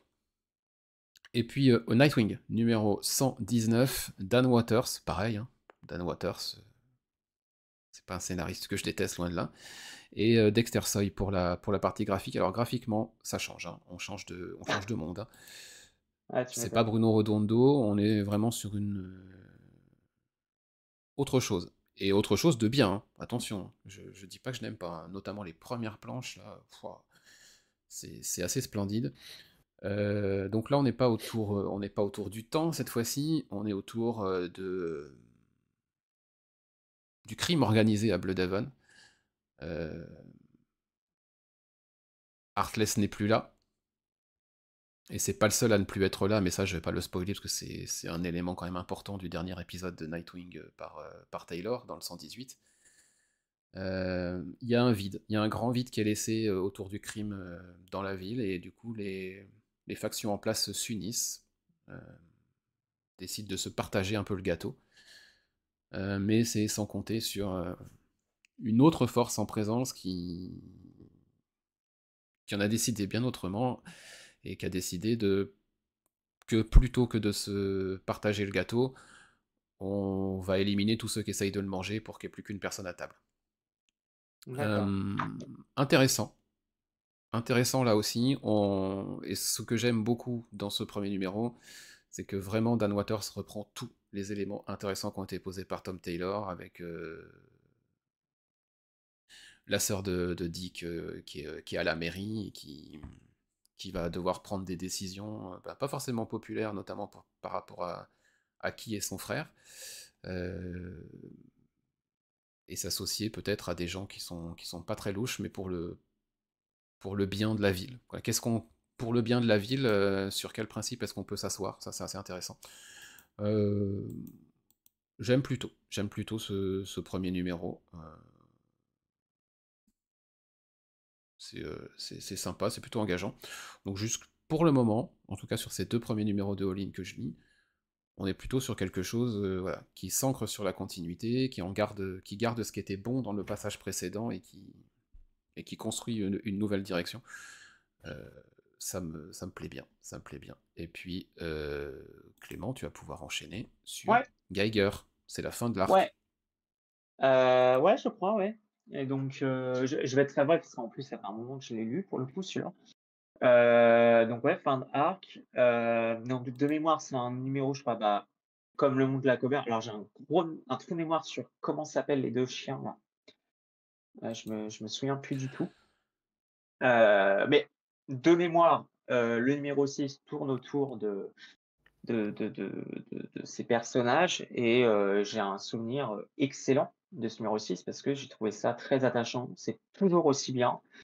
Les dessins de Gary Frank sont juste incroyables. Vraiment, c'est d'une beauté, mais enfin, c'est un plaisir de lire Geiger, rien que pour les planches. Et puis l'histoire avance, puis on a vraiment ces relations entre les personnages, et notamment entre Geiger et j'ai un trou de mémoire sur le personnage, cette espèce de chevalier là, qui est vraiment, ça offre une nouvelle dynamique super intéressante. Et vraiment, bah, ça continue et vraiment enfin, c'est tout aussi bien, quoi. C'est Geoff Jones, Gary Frank continuent sur leur lancée avec Geiger et c'est toujours aussi bien, c'est toujours aussi plaisant à lire, l'univers d'Unnamed est toujours aussi intéressant, enfin vraiment c'est excellent. Voilà, je peux pas faire plus bref. Parfait. On va reprendre quelques petites news. Et bah, la deuxième news du week-end dernier à New York, du côté de chez DC, c'était le retour de Vertigo.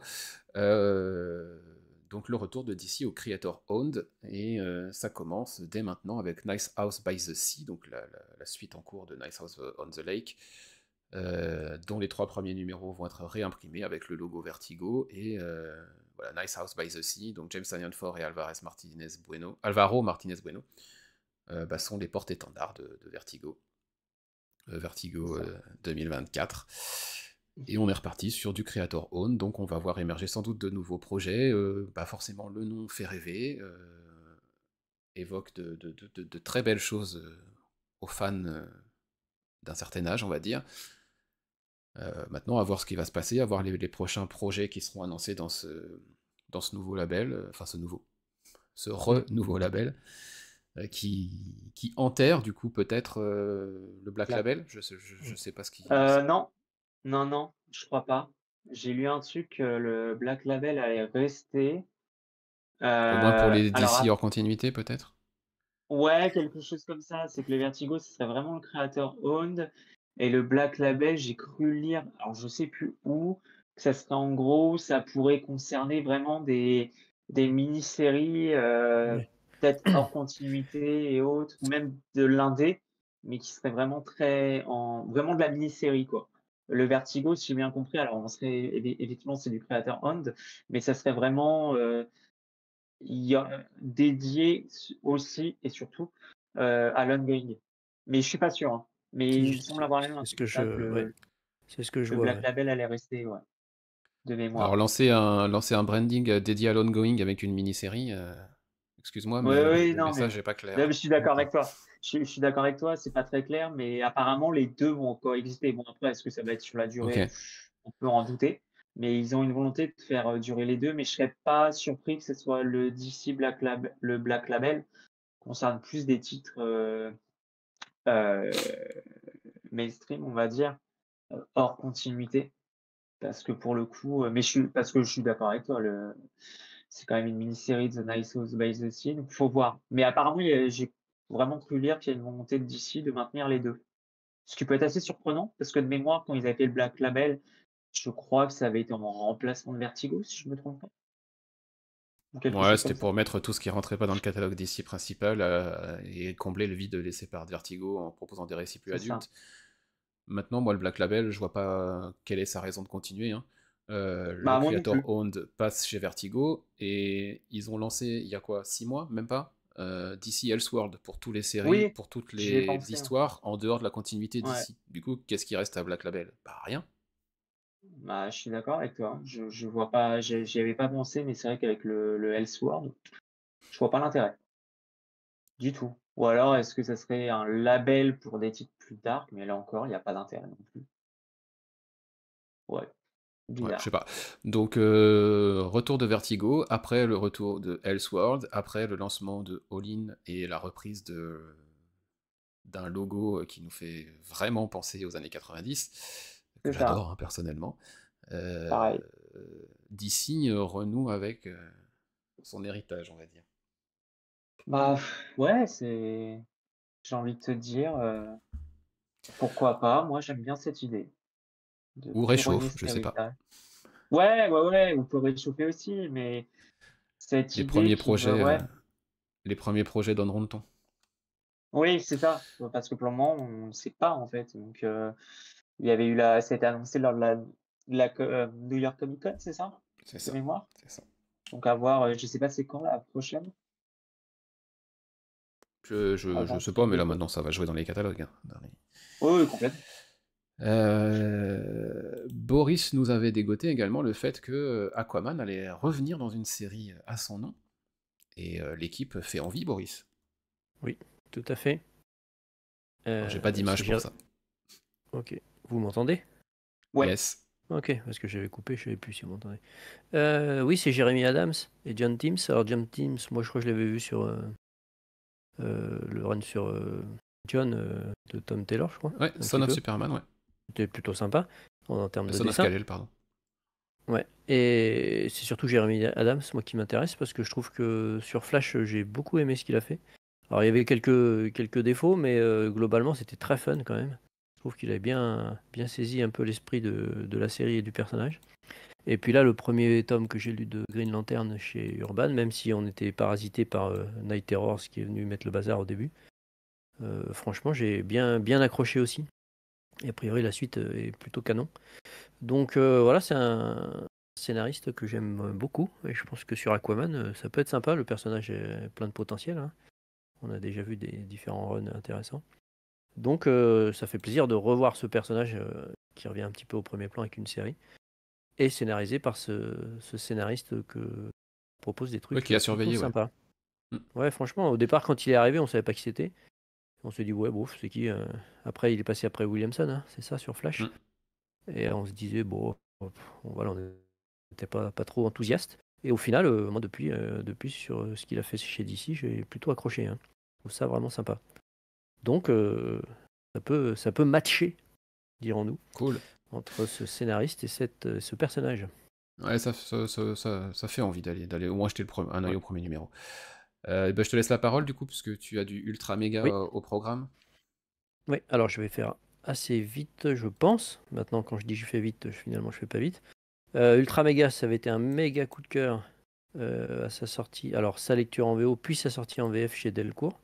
Le seul truc, c'est que c'est sorti il y a plus de 2 ans en VF et plus de 3 ans en Ouais. VO. Donc, forcément, quand tu reprends la série au numéro 5, qui est la suite des 4 premiers, et que ça fait 3 ans que tu n'en as pas lu, c'est compliqué. Surtout pour un univers crack, on va dire, un peu bordélique comme Ultra Mega. Donc je dois avouer que le plaisir de retrouver la série a été un petit peu parasité par le fait de ne pas comprendre grand-chose dans les premières pages. D'autant plus qu'il Mais repart sur... alors on rappelle, c'est un fléau qui s'est abattu sur la Terre, qui a transformé les gens en cajou. Et voilà, pour lutter, il y avait trois super kaijus qui essayaient de défendre la Terre et que voilà, c'était de la grosse baston. Et il y avait quand même tout un pan cosmique, puisque le fléau venait de l'espace, qui commençait à se développer. Et là, il démarre direct sur cet aspect cosmique. Alors là, quand on se souvient plus, c'est compliqué. J'avoue que j'étais un peu perdu. En plus, je trouve que son écriture, je sais pas si c'est brouillon ou si c'est vraiment moi qui étais perdu, mais je trouve que ça aide pas trop quoi, à se remettre dedans. C'est pas un numéro qui est facile d'accès pour se remettre dans l'ambiance. Maintenant, une fois que je m'y suis remis, j'ai relu une deuxième fois un peu le début pour être sûr de comprendre. Bah, on retrouve tout ce qui faisait le plaisir de la série, hein. D'abord un dessin assez magique quand même, complètement barge, même s'il y a là peu de combats, de bastons, de kaiju, etc. Il y a quand même des designs, du gore et ce genre de choses qui fait plaisir. Et puis en termes d'histoire, c'est toujours un peu dingue, hein. On retrouve les personnages sur Terre, donc là aussi il faut se remettre en tête les persos. Je pense qu'il aurait fallu que je relise Bon, j'ai pas eu le temps. Donc au final, je suis plutôt content d'avoir retrouvé cet univers. Je pense qu'il faudrait que je relise le premier volume pour vraiment en profiter. C'est de nouveau prévu en 4, donc ça devrait faire 8, pardon. Et a priori, c'est la fin. Enfin, ça sera fini au bout de 2 volumes. Donc, Ok. c'est pas un univers qui est voué à se développer davantage qu'au-delà des 8 épisodes. Donc, on a vu le 5, le 6 est sorti là. Puis il restera 7, 8. Et puis après, moi je pense que je reprendrai plutôt la VF chez Delcourt quand ça arrivera. Pour bien se remettre dedans et tout relire, quoi. Mais voilà, plutôt plaisir de retrouver l'univers, mais difficile de s'y remettre, quoi. Mais c'est quand même Ok. plutôt sympa et fou comme ça l'était pour les 4 premiers épisodes. À suivre donc Clément, fin d'arc pour Ouais, Transformers, fin du deuxième arc, donc Daniel Warren Johnson et Yore Corona. ouais, je vais être assez bref. Là encore, c'est un moment que je l'ai vu. Bon, c'est toujours pareil, hein. On a les planches. On a beau ne plus avoir du Daniel Warren Johnson sur les planches, ce que fait Corona, c'est excellent. Vraiment, il n'y a pas réellement de rupture, c'est tout aussi kiffant.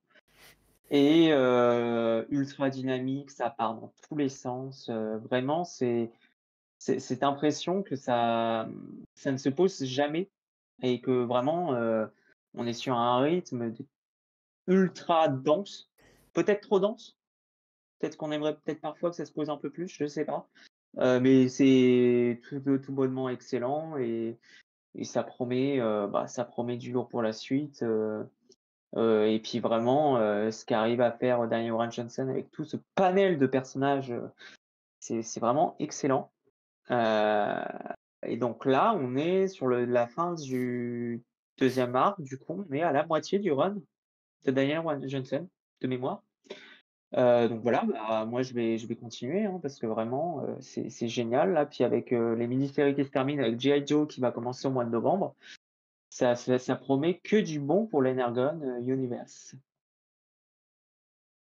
Ouais, Ouais, la à mise en place continuer. est vraiment bonne, hein, pour G.I. Joe. Là, Ah moi, ouais, j'ai relu Cobra Commander et Duke en VF.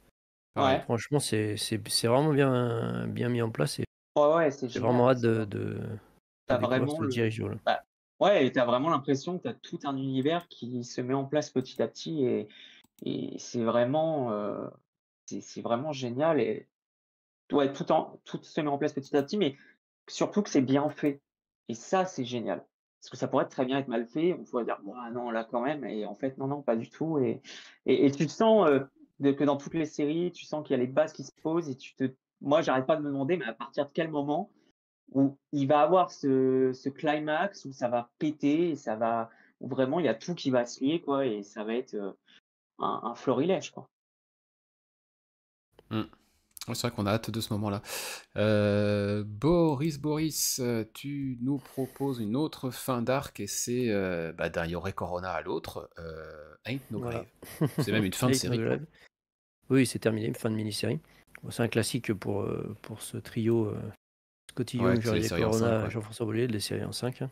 Même si la toute première Middle West avait été en 18, mais là depuis c'est des mini-séries.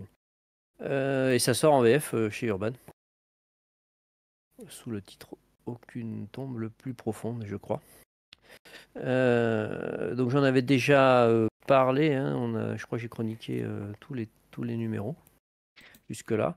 Donc on retrouve Ryder, la jeune femme qui est venue combattre la mort, puisqu'on avait appris qu'elle était malade dans le premier épisode et elle ne voulait pas s'en laisser compter. Et donc on suivait les étapes du deuil. Et là, le dernier, c'est l'acceptation. Toujours graphiquement, c'est toujours superbe. Moi, j'adore ce duo Georges Corona, Jean-François Beaulieu, qui fonctionne vraiment, vraiment super bien, surtout sur cet univers à la fois western et fantastique. Franchement, ça offre des planches absolument magnifiques. J'ai pas regardé, mais je pense que Urban va le sortir en format Urban, je pense, pour profiter du dessin. En termes de scénario, c'est pas hyper surprenant, mais c'est bien agréable. Alors j'ai été un peu, alors peut-être que j'étais pas concentré, je sais pas. J'ai été un peu surpris par la fin, que ça s'arrête comme ça, un peu de façon un peu brutale. Maintenant, c'était un peu logique, on va dire, mais voilà, j'ai tourné la page et je me dis, ah mince, c'est fini. Oui, puis en réfléchissant, je me suis dit, bah oui, c'est logique que ça se termine comme ça, mais ça, je sais pas, ça m'a fait un peu bizarre. J'étais dans la lecture peut-être, et enfin, j'en sais rien. Donc, ça avait été un coup de cœur, hein, le premier épisode. La suite avait été des lectures plutôt agréables. Donc, je verrai à la relecture globale des 5.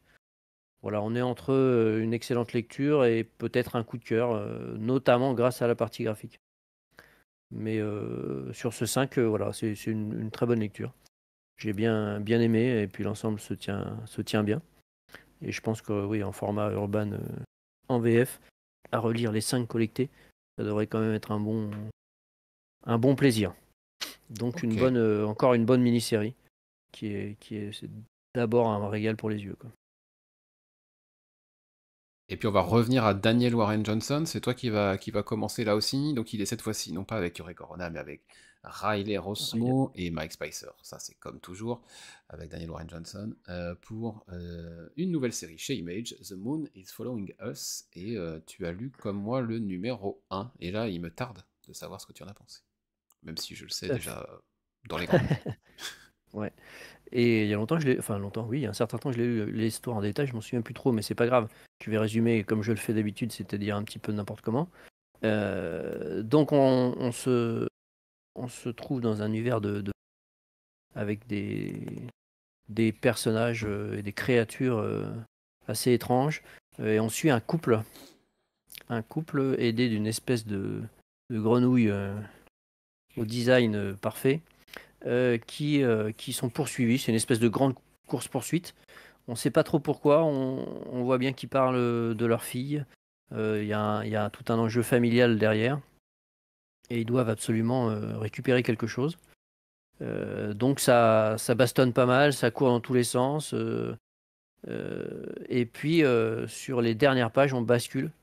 Alors je vais pas en révéler davantage, hein, parce que c'est vraiment le truc, le cliffhanger qui fait le gros sel de l'histoire. On repasse dans un autre univers, on va dire. On retrouve le couple dans une autre situation.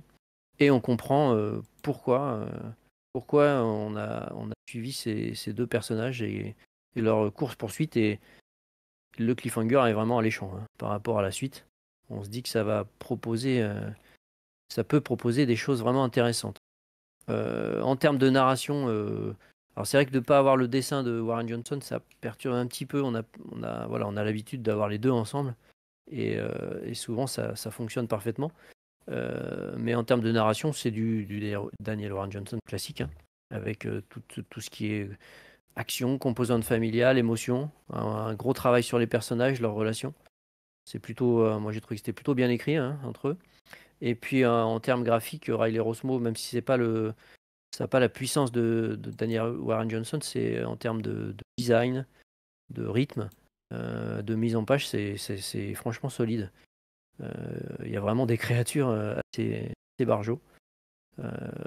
Moi, j'ai beaucoup aimé ce numéro 1. Franchement. Une mise en place hyper efficace, un cliffhanger qui donne carrément envie d'avoir la suite, des personnages un peu foufous, Voilà, donc une bonne partie graphique, même si je préfère quand c'est Daniel Warren Johnson, qui d'ailleurs s'occupe des 3 ou 4 dernières pages là, dans le cliffhanger, pour le Ouais. cliffhanger. Non, franchement, c'était une arrivée surprise. Moi, j'avais pas vu, enfin, on l'avait signalé, mais j'avais pas entendu parler de cette série avant, quelques semaines avant que ça sorte. Et franchement, je suis bien accroché. Moi, voilà, c'est du bon Warren Johnson et soutenu par un Riley Rossmo qui fait bien le boulot aussi. Et c'est toujours colorisé, bien sûr, par Mike Spicer. Entre Jordi Belair et lui, ils font à peu près 90% des comics qui sortent. Donc, Mm. non, moi, très bonne mise en place. Beaucoup aimé. Ok. Pour moi, The Moon is Following Us, c'est des symptomatiques de ma période actuelle, où je vous ai dit tout à l'heure, il n'y a pas grand-chose qui m'emballe. Et bah, ça va pas manquer. Ça fait pareil, en fait. C'est très bien. C'est vraiment très bien. C'est du très bon Daniel Warren Johnson, l'histoire familiale, le petit twist qui fonctionne et qui annonce quelque chose de plus émouvant que ce qu'on pouvait penser. Enfin, voilà. Sauf qu'une fois que je l'ai refermé, je me suis dit, ouais, bah j'ai lu un truc de Daniel Warren Johnson. Ouais. Encore. Ah, mais tu es blasé, c'est pour ça. Et je sais pas si j'étais blasé ou pas, mais j'ai eu du mal à me dire, ça va être un truc nouveau. J'ai l'impression qu'il nous refait un truc qu'il a déjà fait dans plusieurs de ses séries, notamment quand on voit la dernière scène de l'épisode, mais juste dans un autre contexte, dans un autre cadre. Et j'ai pas réussi à me dire du coup, est-ce que j'ai adoré ou est-ce que je me suis dit, ouais, ok, c'est Daniel Warren Johnson. C'est encore Daniel Warren Ouais. Johnson. Donc je sais pas. Du coup, je sais pas trop. Et la Ah, suite de la série, que je vais continuer quand même, hein, me permettra de voir comment je me positionne par rapport à ça. Mais j'étais un peu sur la retenue quand même. Ce qui commençait comme quelque chose d'assez nouveau, original, notamment aussi par le fait qu'il dessine pas lui-même, etc. Qui m'emballait franchement. Quand j'ai vu la dernière page, j'ai eu à la fois cette émotion et à la fois ce ah non, encore. Ouais. bah, de toute façon, il écrit toujours un peu la même chose, hein. Si Bah tu ouais, regardes un peu mais toutes du ces coup, ça commence séries, à se voir. oui, mais moi, ça me gêne pas. Enfin, j'accroche. On peut pas dire que ça soit nouveau. Il révolutionne rien par rapport à ce qu'il écrit d'habitude. Alors après, tout dépend ce qu'on attend, effectivement.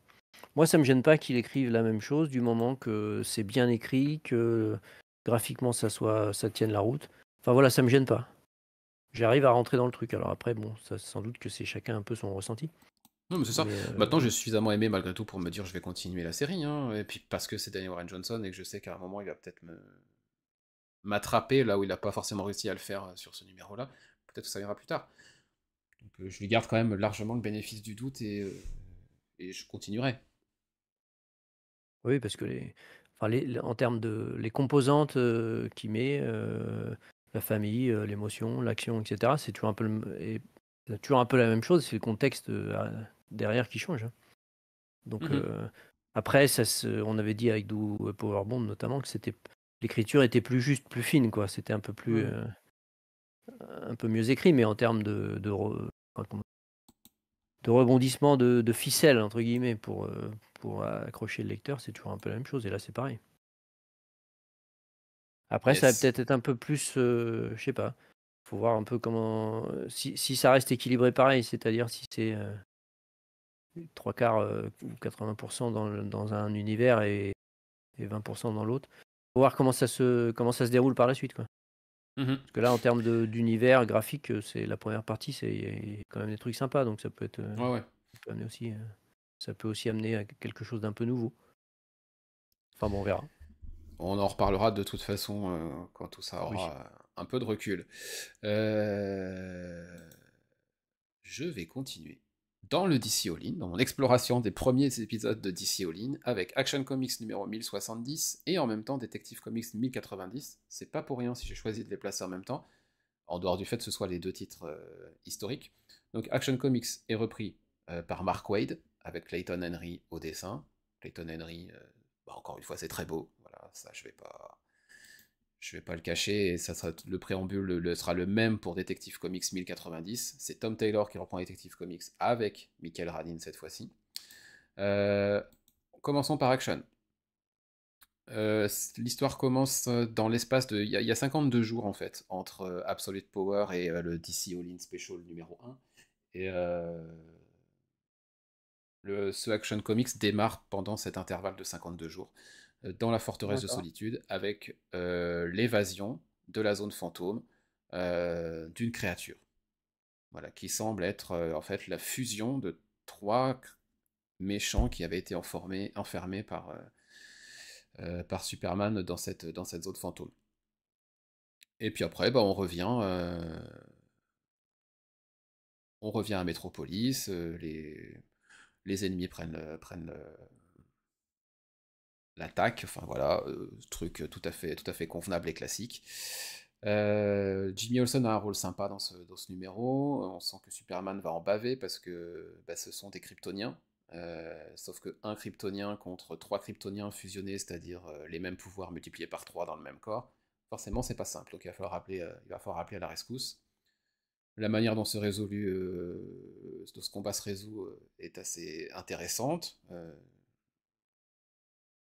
Ce qui est intéressant, c'est surtout les suites de tout ça. Parce que plusieurs fois, on parle des mystères de la Phantom Zone. Superman évoque le fait que c'est son père qui l'a découverte, mais qu'il ne sait pas trop dans quel cadre, etc. Et on sent qu'on va aller explorer les secrets du père. C'est peut-être juste une impression que j'ai eue, parce que c'est pour le moment juste sous-entendu, mais on sent que voilà, ce retour de la Phantom Zone va surtout être un prétexte pour aller explorer les secrets de cet endroit et surtout de sa découverte, et donc quelque chose autour du père de Kal-El.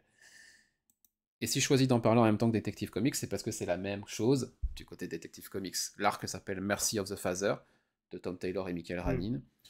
On démarre avec un mec ou une créature, un ennemi, enfin on sait pas trop qui, même si on a un gros indice quand même sur la main, en fait, je suis en train de voir.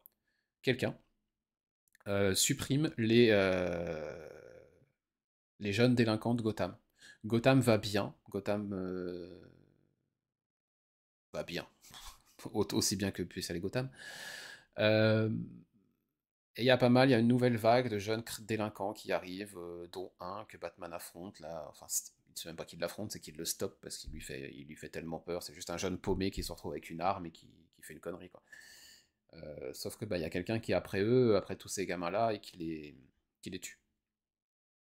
Et en parallèle, on suit une histoire qui a lieu many years ago avec Thomas Wayne, qui est médecin, on le sait, et qui va un soir voir arriver aux urgences une jeune femme enceinte qui vient visiblement de subir un accident de voiture. Elle est avec son mari qui la tabasse, et Thomas Wayne, au nom du serment d'Hippocrate, voyant que la fille va s'en sortir avec le bébé, choisit d'opérer le mari violent et de lui sauver la vie.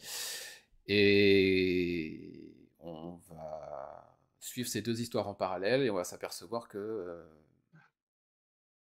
bah, y a un twist sur cette scène du passé, il y a un truc. Il y a une révélation qui nous est faite où on se dit ok, euh, bon, je l'avais pas vu venir celle-là. Ça a sans doute des conséquences par rapport à l'identité de la personne qui supprime les jeunes délinquants aujourd'hui. Et on est encore une fois autour des secrets du père.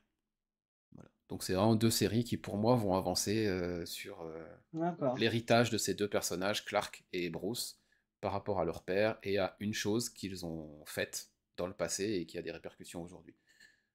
Les deux sont Euh, intéressants, ouais. bien écrites, bien dessinées. Action Comics c'est hebdomadaire, donc ça par contre, faut s'accrocher. Ouais, Euh, c'est pour ça que je regardais en préco. Oula, toutes les semaines, c'est mais ça? Détective, en tout cas, très très très très bonne surprise et franchement Ouais. un bon démarrage pour les deux avec peut-être une Bah, préférence pour Detective Comics. ouais, je t'avoue que moi, ce que je disais, je vais le lire, là, j'attends aussi de le lire, mais le fait que ce soit Tom Taylor sur Detective Comics, je me dis, ouais, quand même, ça donne envie parce que tu sentais que ça se sentait dans ce qu'il avait écrit que sur Nightwing et autres, hein, que ça se sentait bien que Tom Taylor avait envie d'écrire sur Batman, quoi. Oui, oui, non mais et puis ce qu'il propose est suffisamment Ouais. accrocheur pour me donner envie de continuer au moins cet arc et voir jusqu'où il va aller avec tout ça. Boris, Mhm. ce n'est pas James Bond, c'est Ice Cream Man. Oui, c'est pareil. Et c'est le numéro 41. C'est le numéro 41. Eh bien, c'est une histoire, une histoire parodique, on va dire, un peu de monde, avec les ingrédients Ice Cream Man. Je vais aller assez vite, comme je dis souvent, mais bon. Donc, on retrouve effectivement un agent secret à Cuba, avec tout ce qu'il faut, tous les classiques de la série d'espionnage, le contact, voilà, l'enquête, les personnages un peu glauques, un peu étranges, l'intrigue un peu farfeuse, Freeman, euh, un peu d'horreur évidemment, comme il faut, horreur graphique, et, euh, et un épisode plutôt satisfaisant, pas exceptionnel, pas dans les meilleurs on va dire, mais franchement encore un one shot qui se lit de façon très agréable, avec de ci de là quelques petits indices en rapport avec d'autres épisodes précédents. Voilà, on peut trouver qui a suivi la série depuis le début, retrouver quelques liens. C'est bien écrit, non, non, franchement c'est un bon épisode. Euh, Après c'est dans le tiers haut on va dire de la série, et puis j'ai toujours plaisir à lire cette série, même si je crois que j'en ai raté quelques-uns, mais bon, il y a longtemps que j'en ai pas parlé. Mais une bonne voilà, bonne parodie on va dire des James Bond et ce genre de série d'espionnage, euh, toujours bien dessiné par Martin Morazzo. Donc un bon épisode. Reste à savoir pour les lecteurs VF si la série va continuer ou Arrivera si. jusque-là, ouais. Parce que normalement, ils étaient à j'ai regardé là, ils étaient à deux volumes par an, un au printemps, un à l'automne, et là, il n'y a rien d'annoncé avant le mois de janvier. Alors que le précédent est sorti en mars, ou mai, je sais plus. Ça sent le roussi. Ouais. Faut dire que c'est vendu un petit peu cher quand même, que ça a trouvé son public en VO, mais est-ce qu'ils ont fait ce qu'il fallait pour que ça trouve son public en VF? C'est pas sûr. En termes de promotion, les trois, ils ont sorti les trois séries là que je suivais, Silver Coin, Philadelphia et Ice Cream Man au mois de mai. Les trois la même semaine. Sur les réseaux, il y avait zéro communication. Enfin voilà, c'était un peu étrange. Je C'est pense que sûr si que on veut ça aide arriver à pas. vendre, si on veut arriver à vendre un livre, il faut en parler quand même. Un Mais peu, surtout à notre époque. voilà, surtout sur les réseaux. Et là, j'avais rien vu, donc bon, je sais pas. Je suis un peu inquiet quand même. Enfin inquiet, tout est relatif, mais je trouverais ça dommage quoi, que c'est pas Yes. marché, et que notamment parce que ils en ont pas parlé quoi. Mm. Enfin voilà, moi je suis quand même en VO, je vais avoir tout ou presque, et je suis bien content. Ça fonctionne bien. Allez, je te laisse commencer la conclusion de Boy Wonder avec le numéro 4 et 5, toujours Johnny Ouais. Bad, donc avec Chris Walloran aux couleurs. Et puis Clément complétera s'il a quelque Oui, chose je à vais pas en ajouter dire. après. Là aussi, je vais aller un peu vite. On en avait déjà parlé, hein. C'est une mini-série donc en 5 qui s'intéresse aux histoires de Robin et en particulier à Damian. Ces deux derniers épisodes, alors j'aurais une petite nuance claire sur le 4. Alors peut-être là, comme tu le dis, des fois suivant l'état d'esprit dans lequel on est, ou l'état de fatigue, ou je ne sais quoi, et puis moi lire en anglais, c'est pas aussi facile que lire en français. J'avoue que le numéro 4, je l'ai trouvé très bavard. C'est vrai. Il y a un moment, j'ai eu beaucoup de mal, j'ai trouvé que ça causait beaucoup. J'en ai eu un petit peu marre, soyons clairs, hein.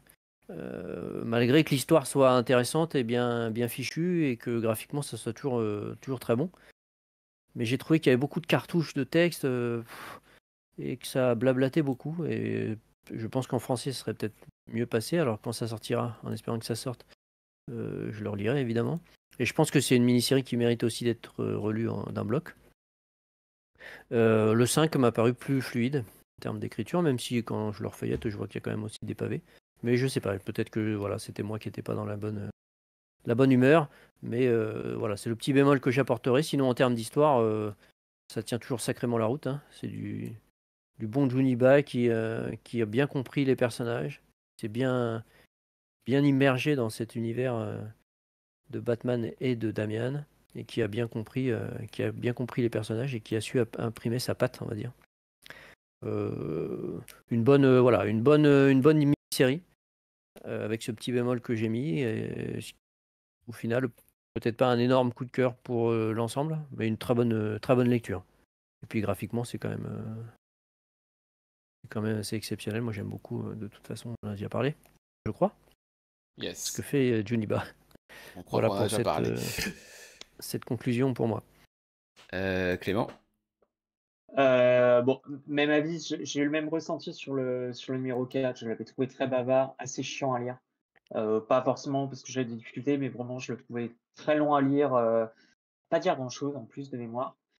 Donc vraiment le numéro 4, je trouve que c'était sans doute le plus faible du fait que ouais, trop bavard. Mais globalement, non, non, excellent. Moi, j'ai découvert, Juniba du coup, par ce titre, j'ai adoré.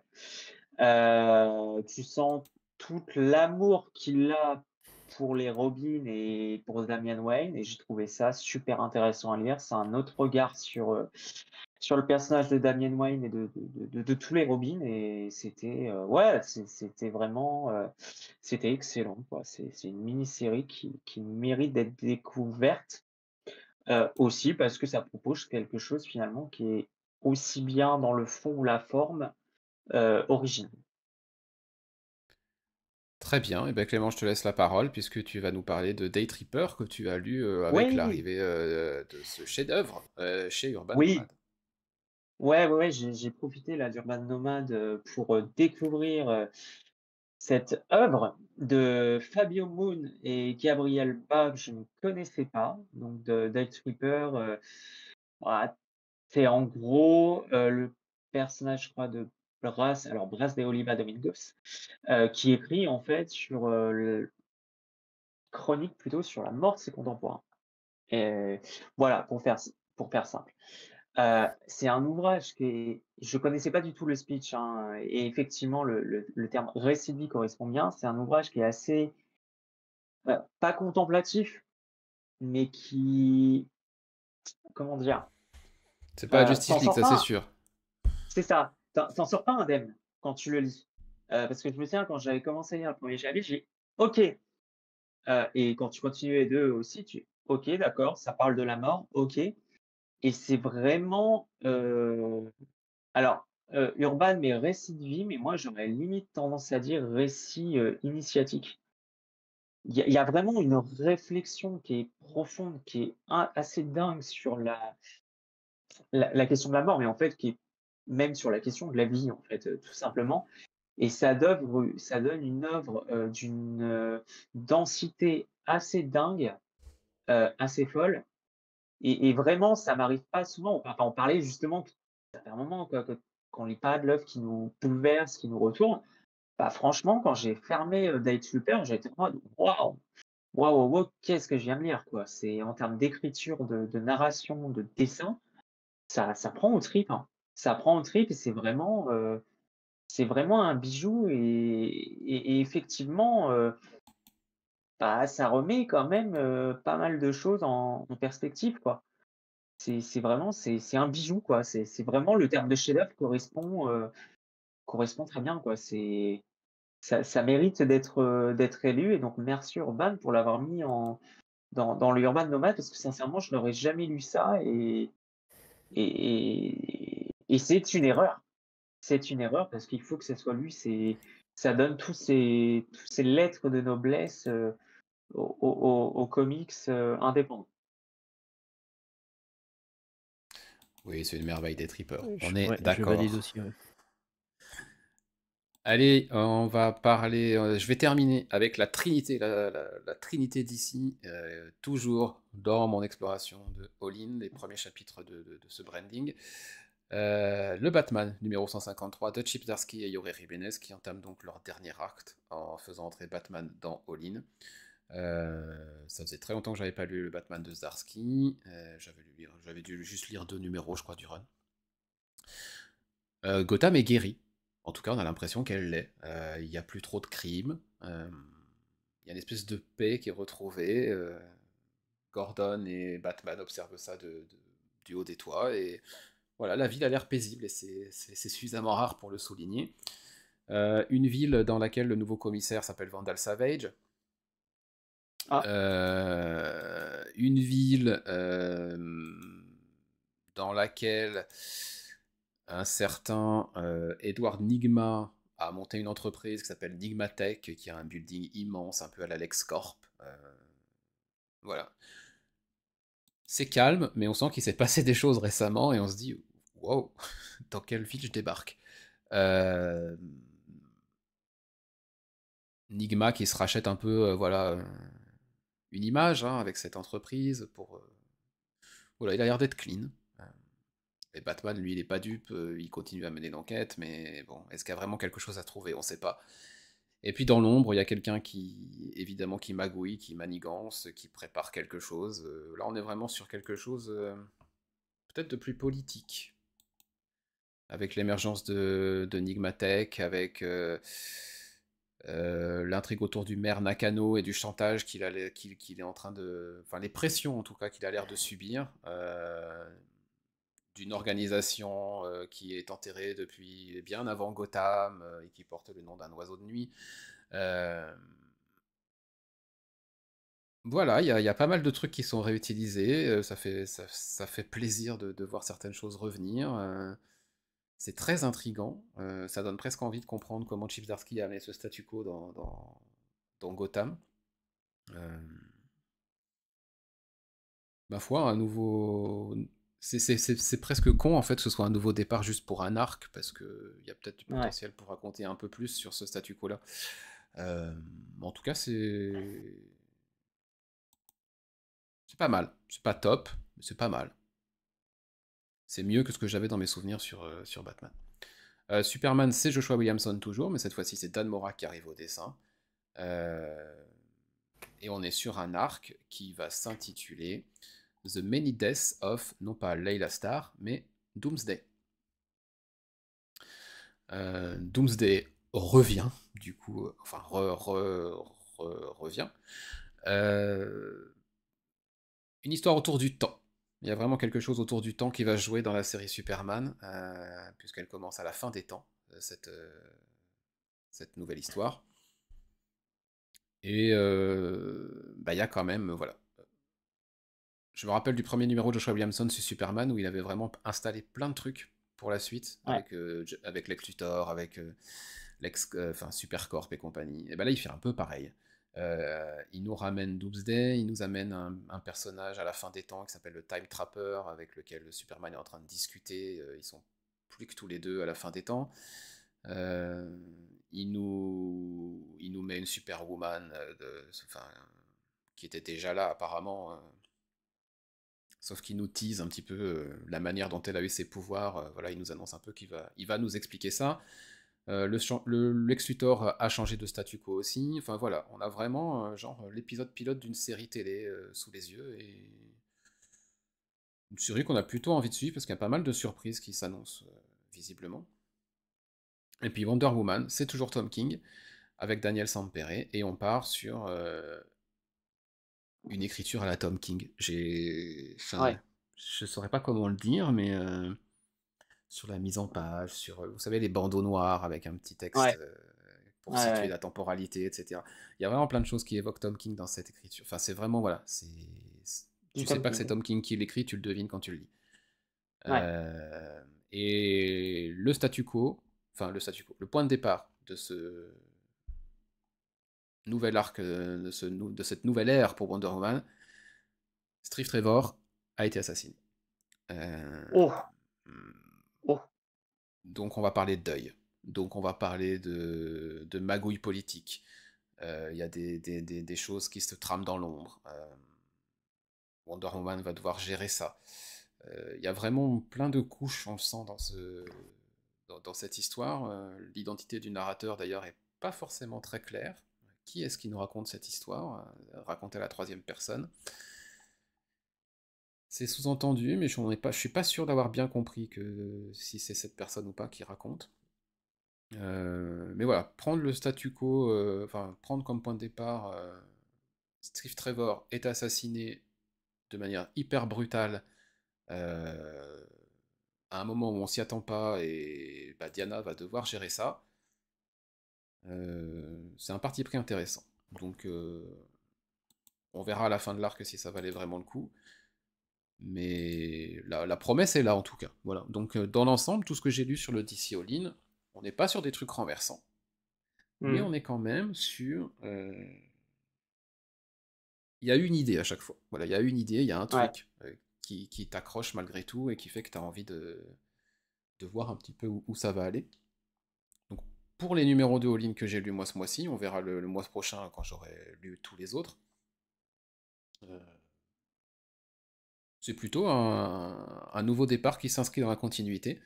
ouais. On jongle vraiment habilement, je trouve, avec ce qui s'est passé sur Ah, l'année dernière ou les 2 dernières années, enfin sur les débuts de série en tout cas.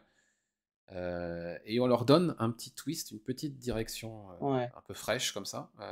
Franchement, Ah, ah, c'est plutôt bien. ouais. Après sur Superman, le coup de Doomsday et tout, ça avait été, plus ou moins, teasé. Après je l'ai pas lu, hein, je vais le lire là, le numéro que tu as lu. Mais il y avait déjà un changement de statu quo en fait qui s'était opéré, au numéro précédent, qui était tout à fait intéressant.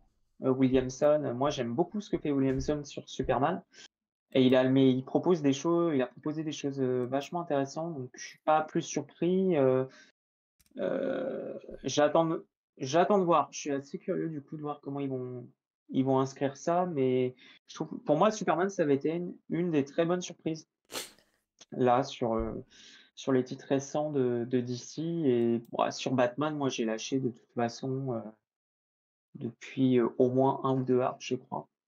Ok. Donc mais c'est ouais, c'est on va dire que c'est tant mieux si c'est des bons premiers numéros. Après à voir si ça va continuer sur la durée.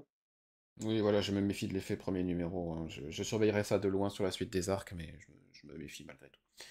Bah voilà, on est sur la fin de ce 340e épisode de Comic Stories. On se retrouve bientôt pour le 341, dans 4 semaines maxi. On vous parlera des autres nouveaux départs dans le DC All-In, d'autres séries qui démarrent ou d'arcs. On continue à suivre les articles de Boris, évidemment.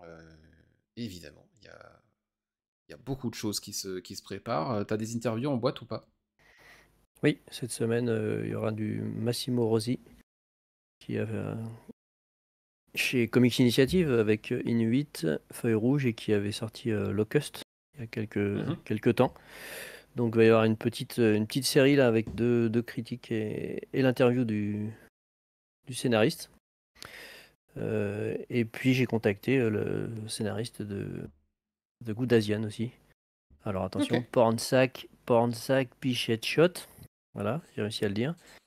Avec qui je suis en contact et ça devrait se faire incessamment sous peu, je pense. Eh bien, très bien. Il y a encore donc pas mal de choses à l'écrit qui se préparent. Bon dimanche à tous.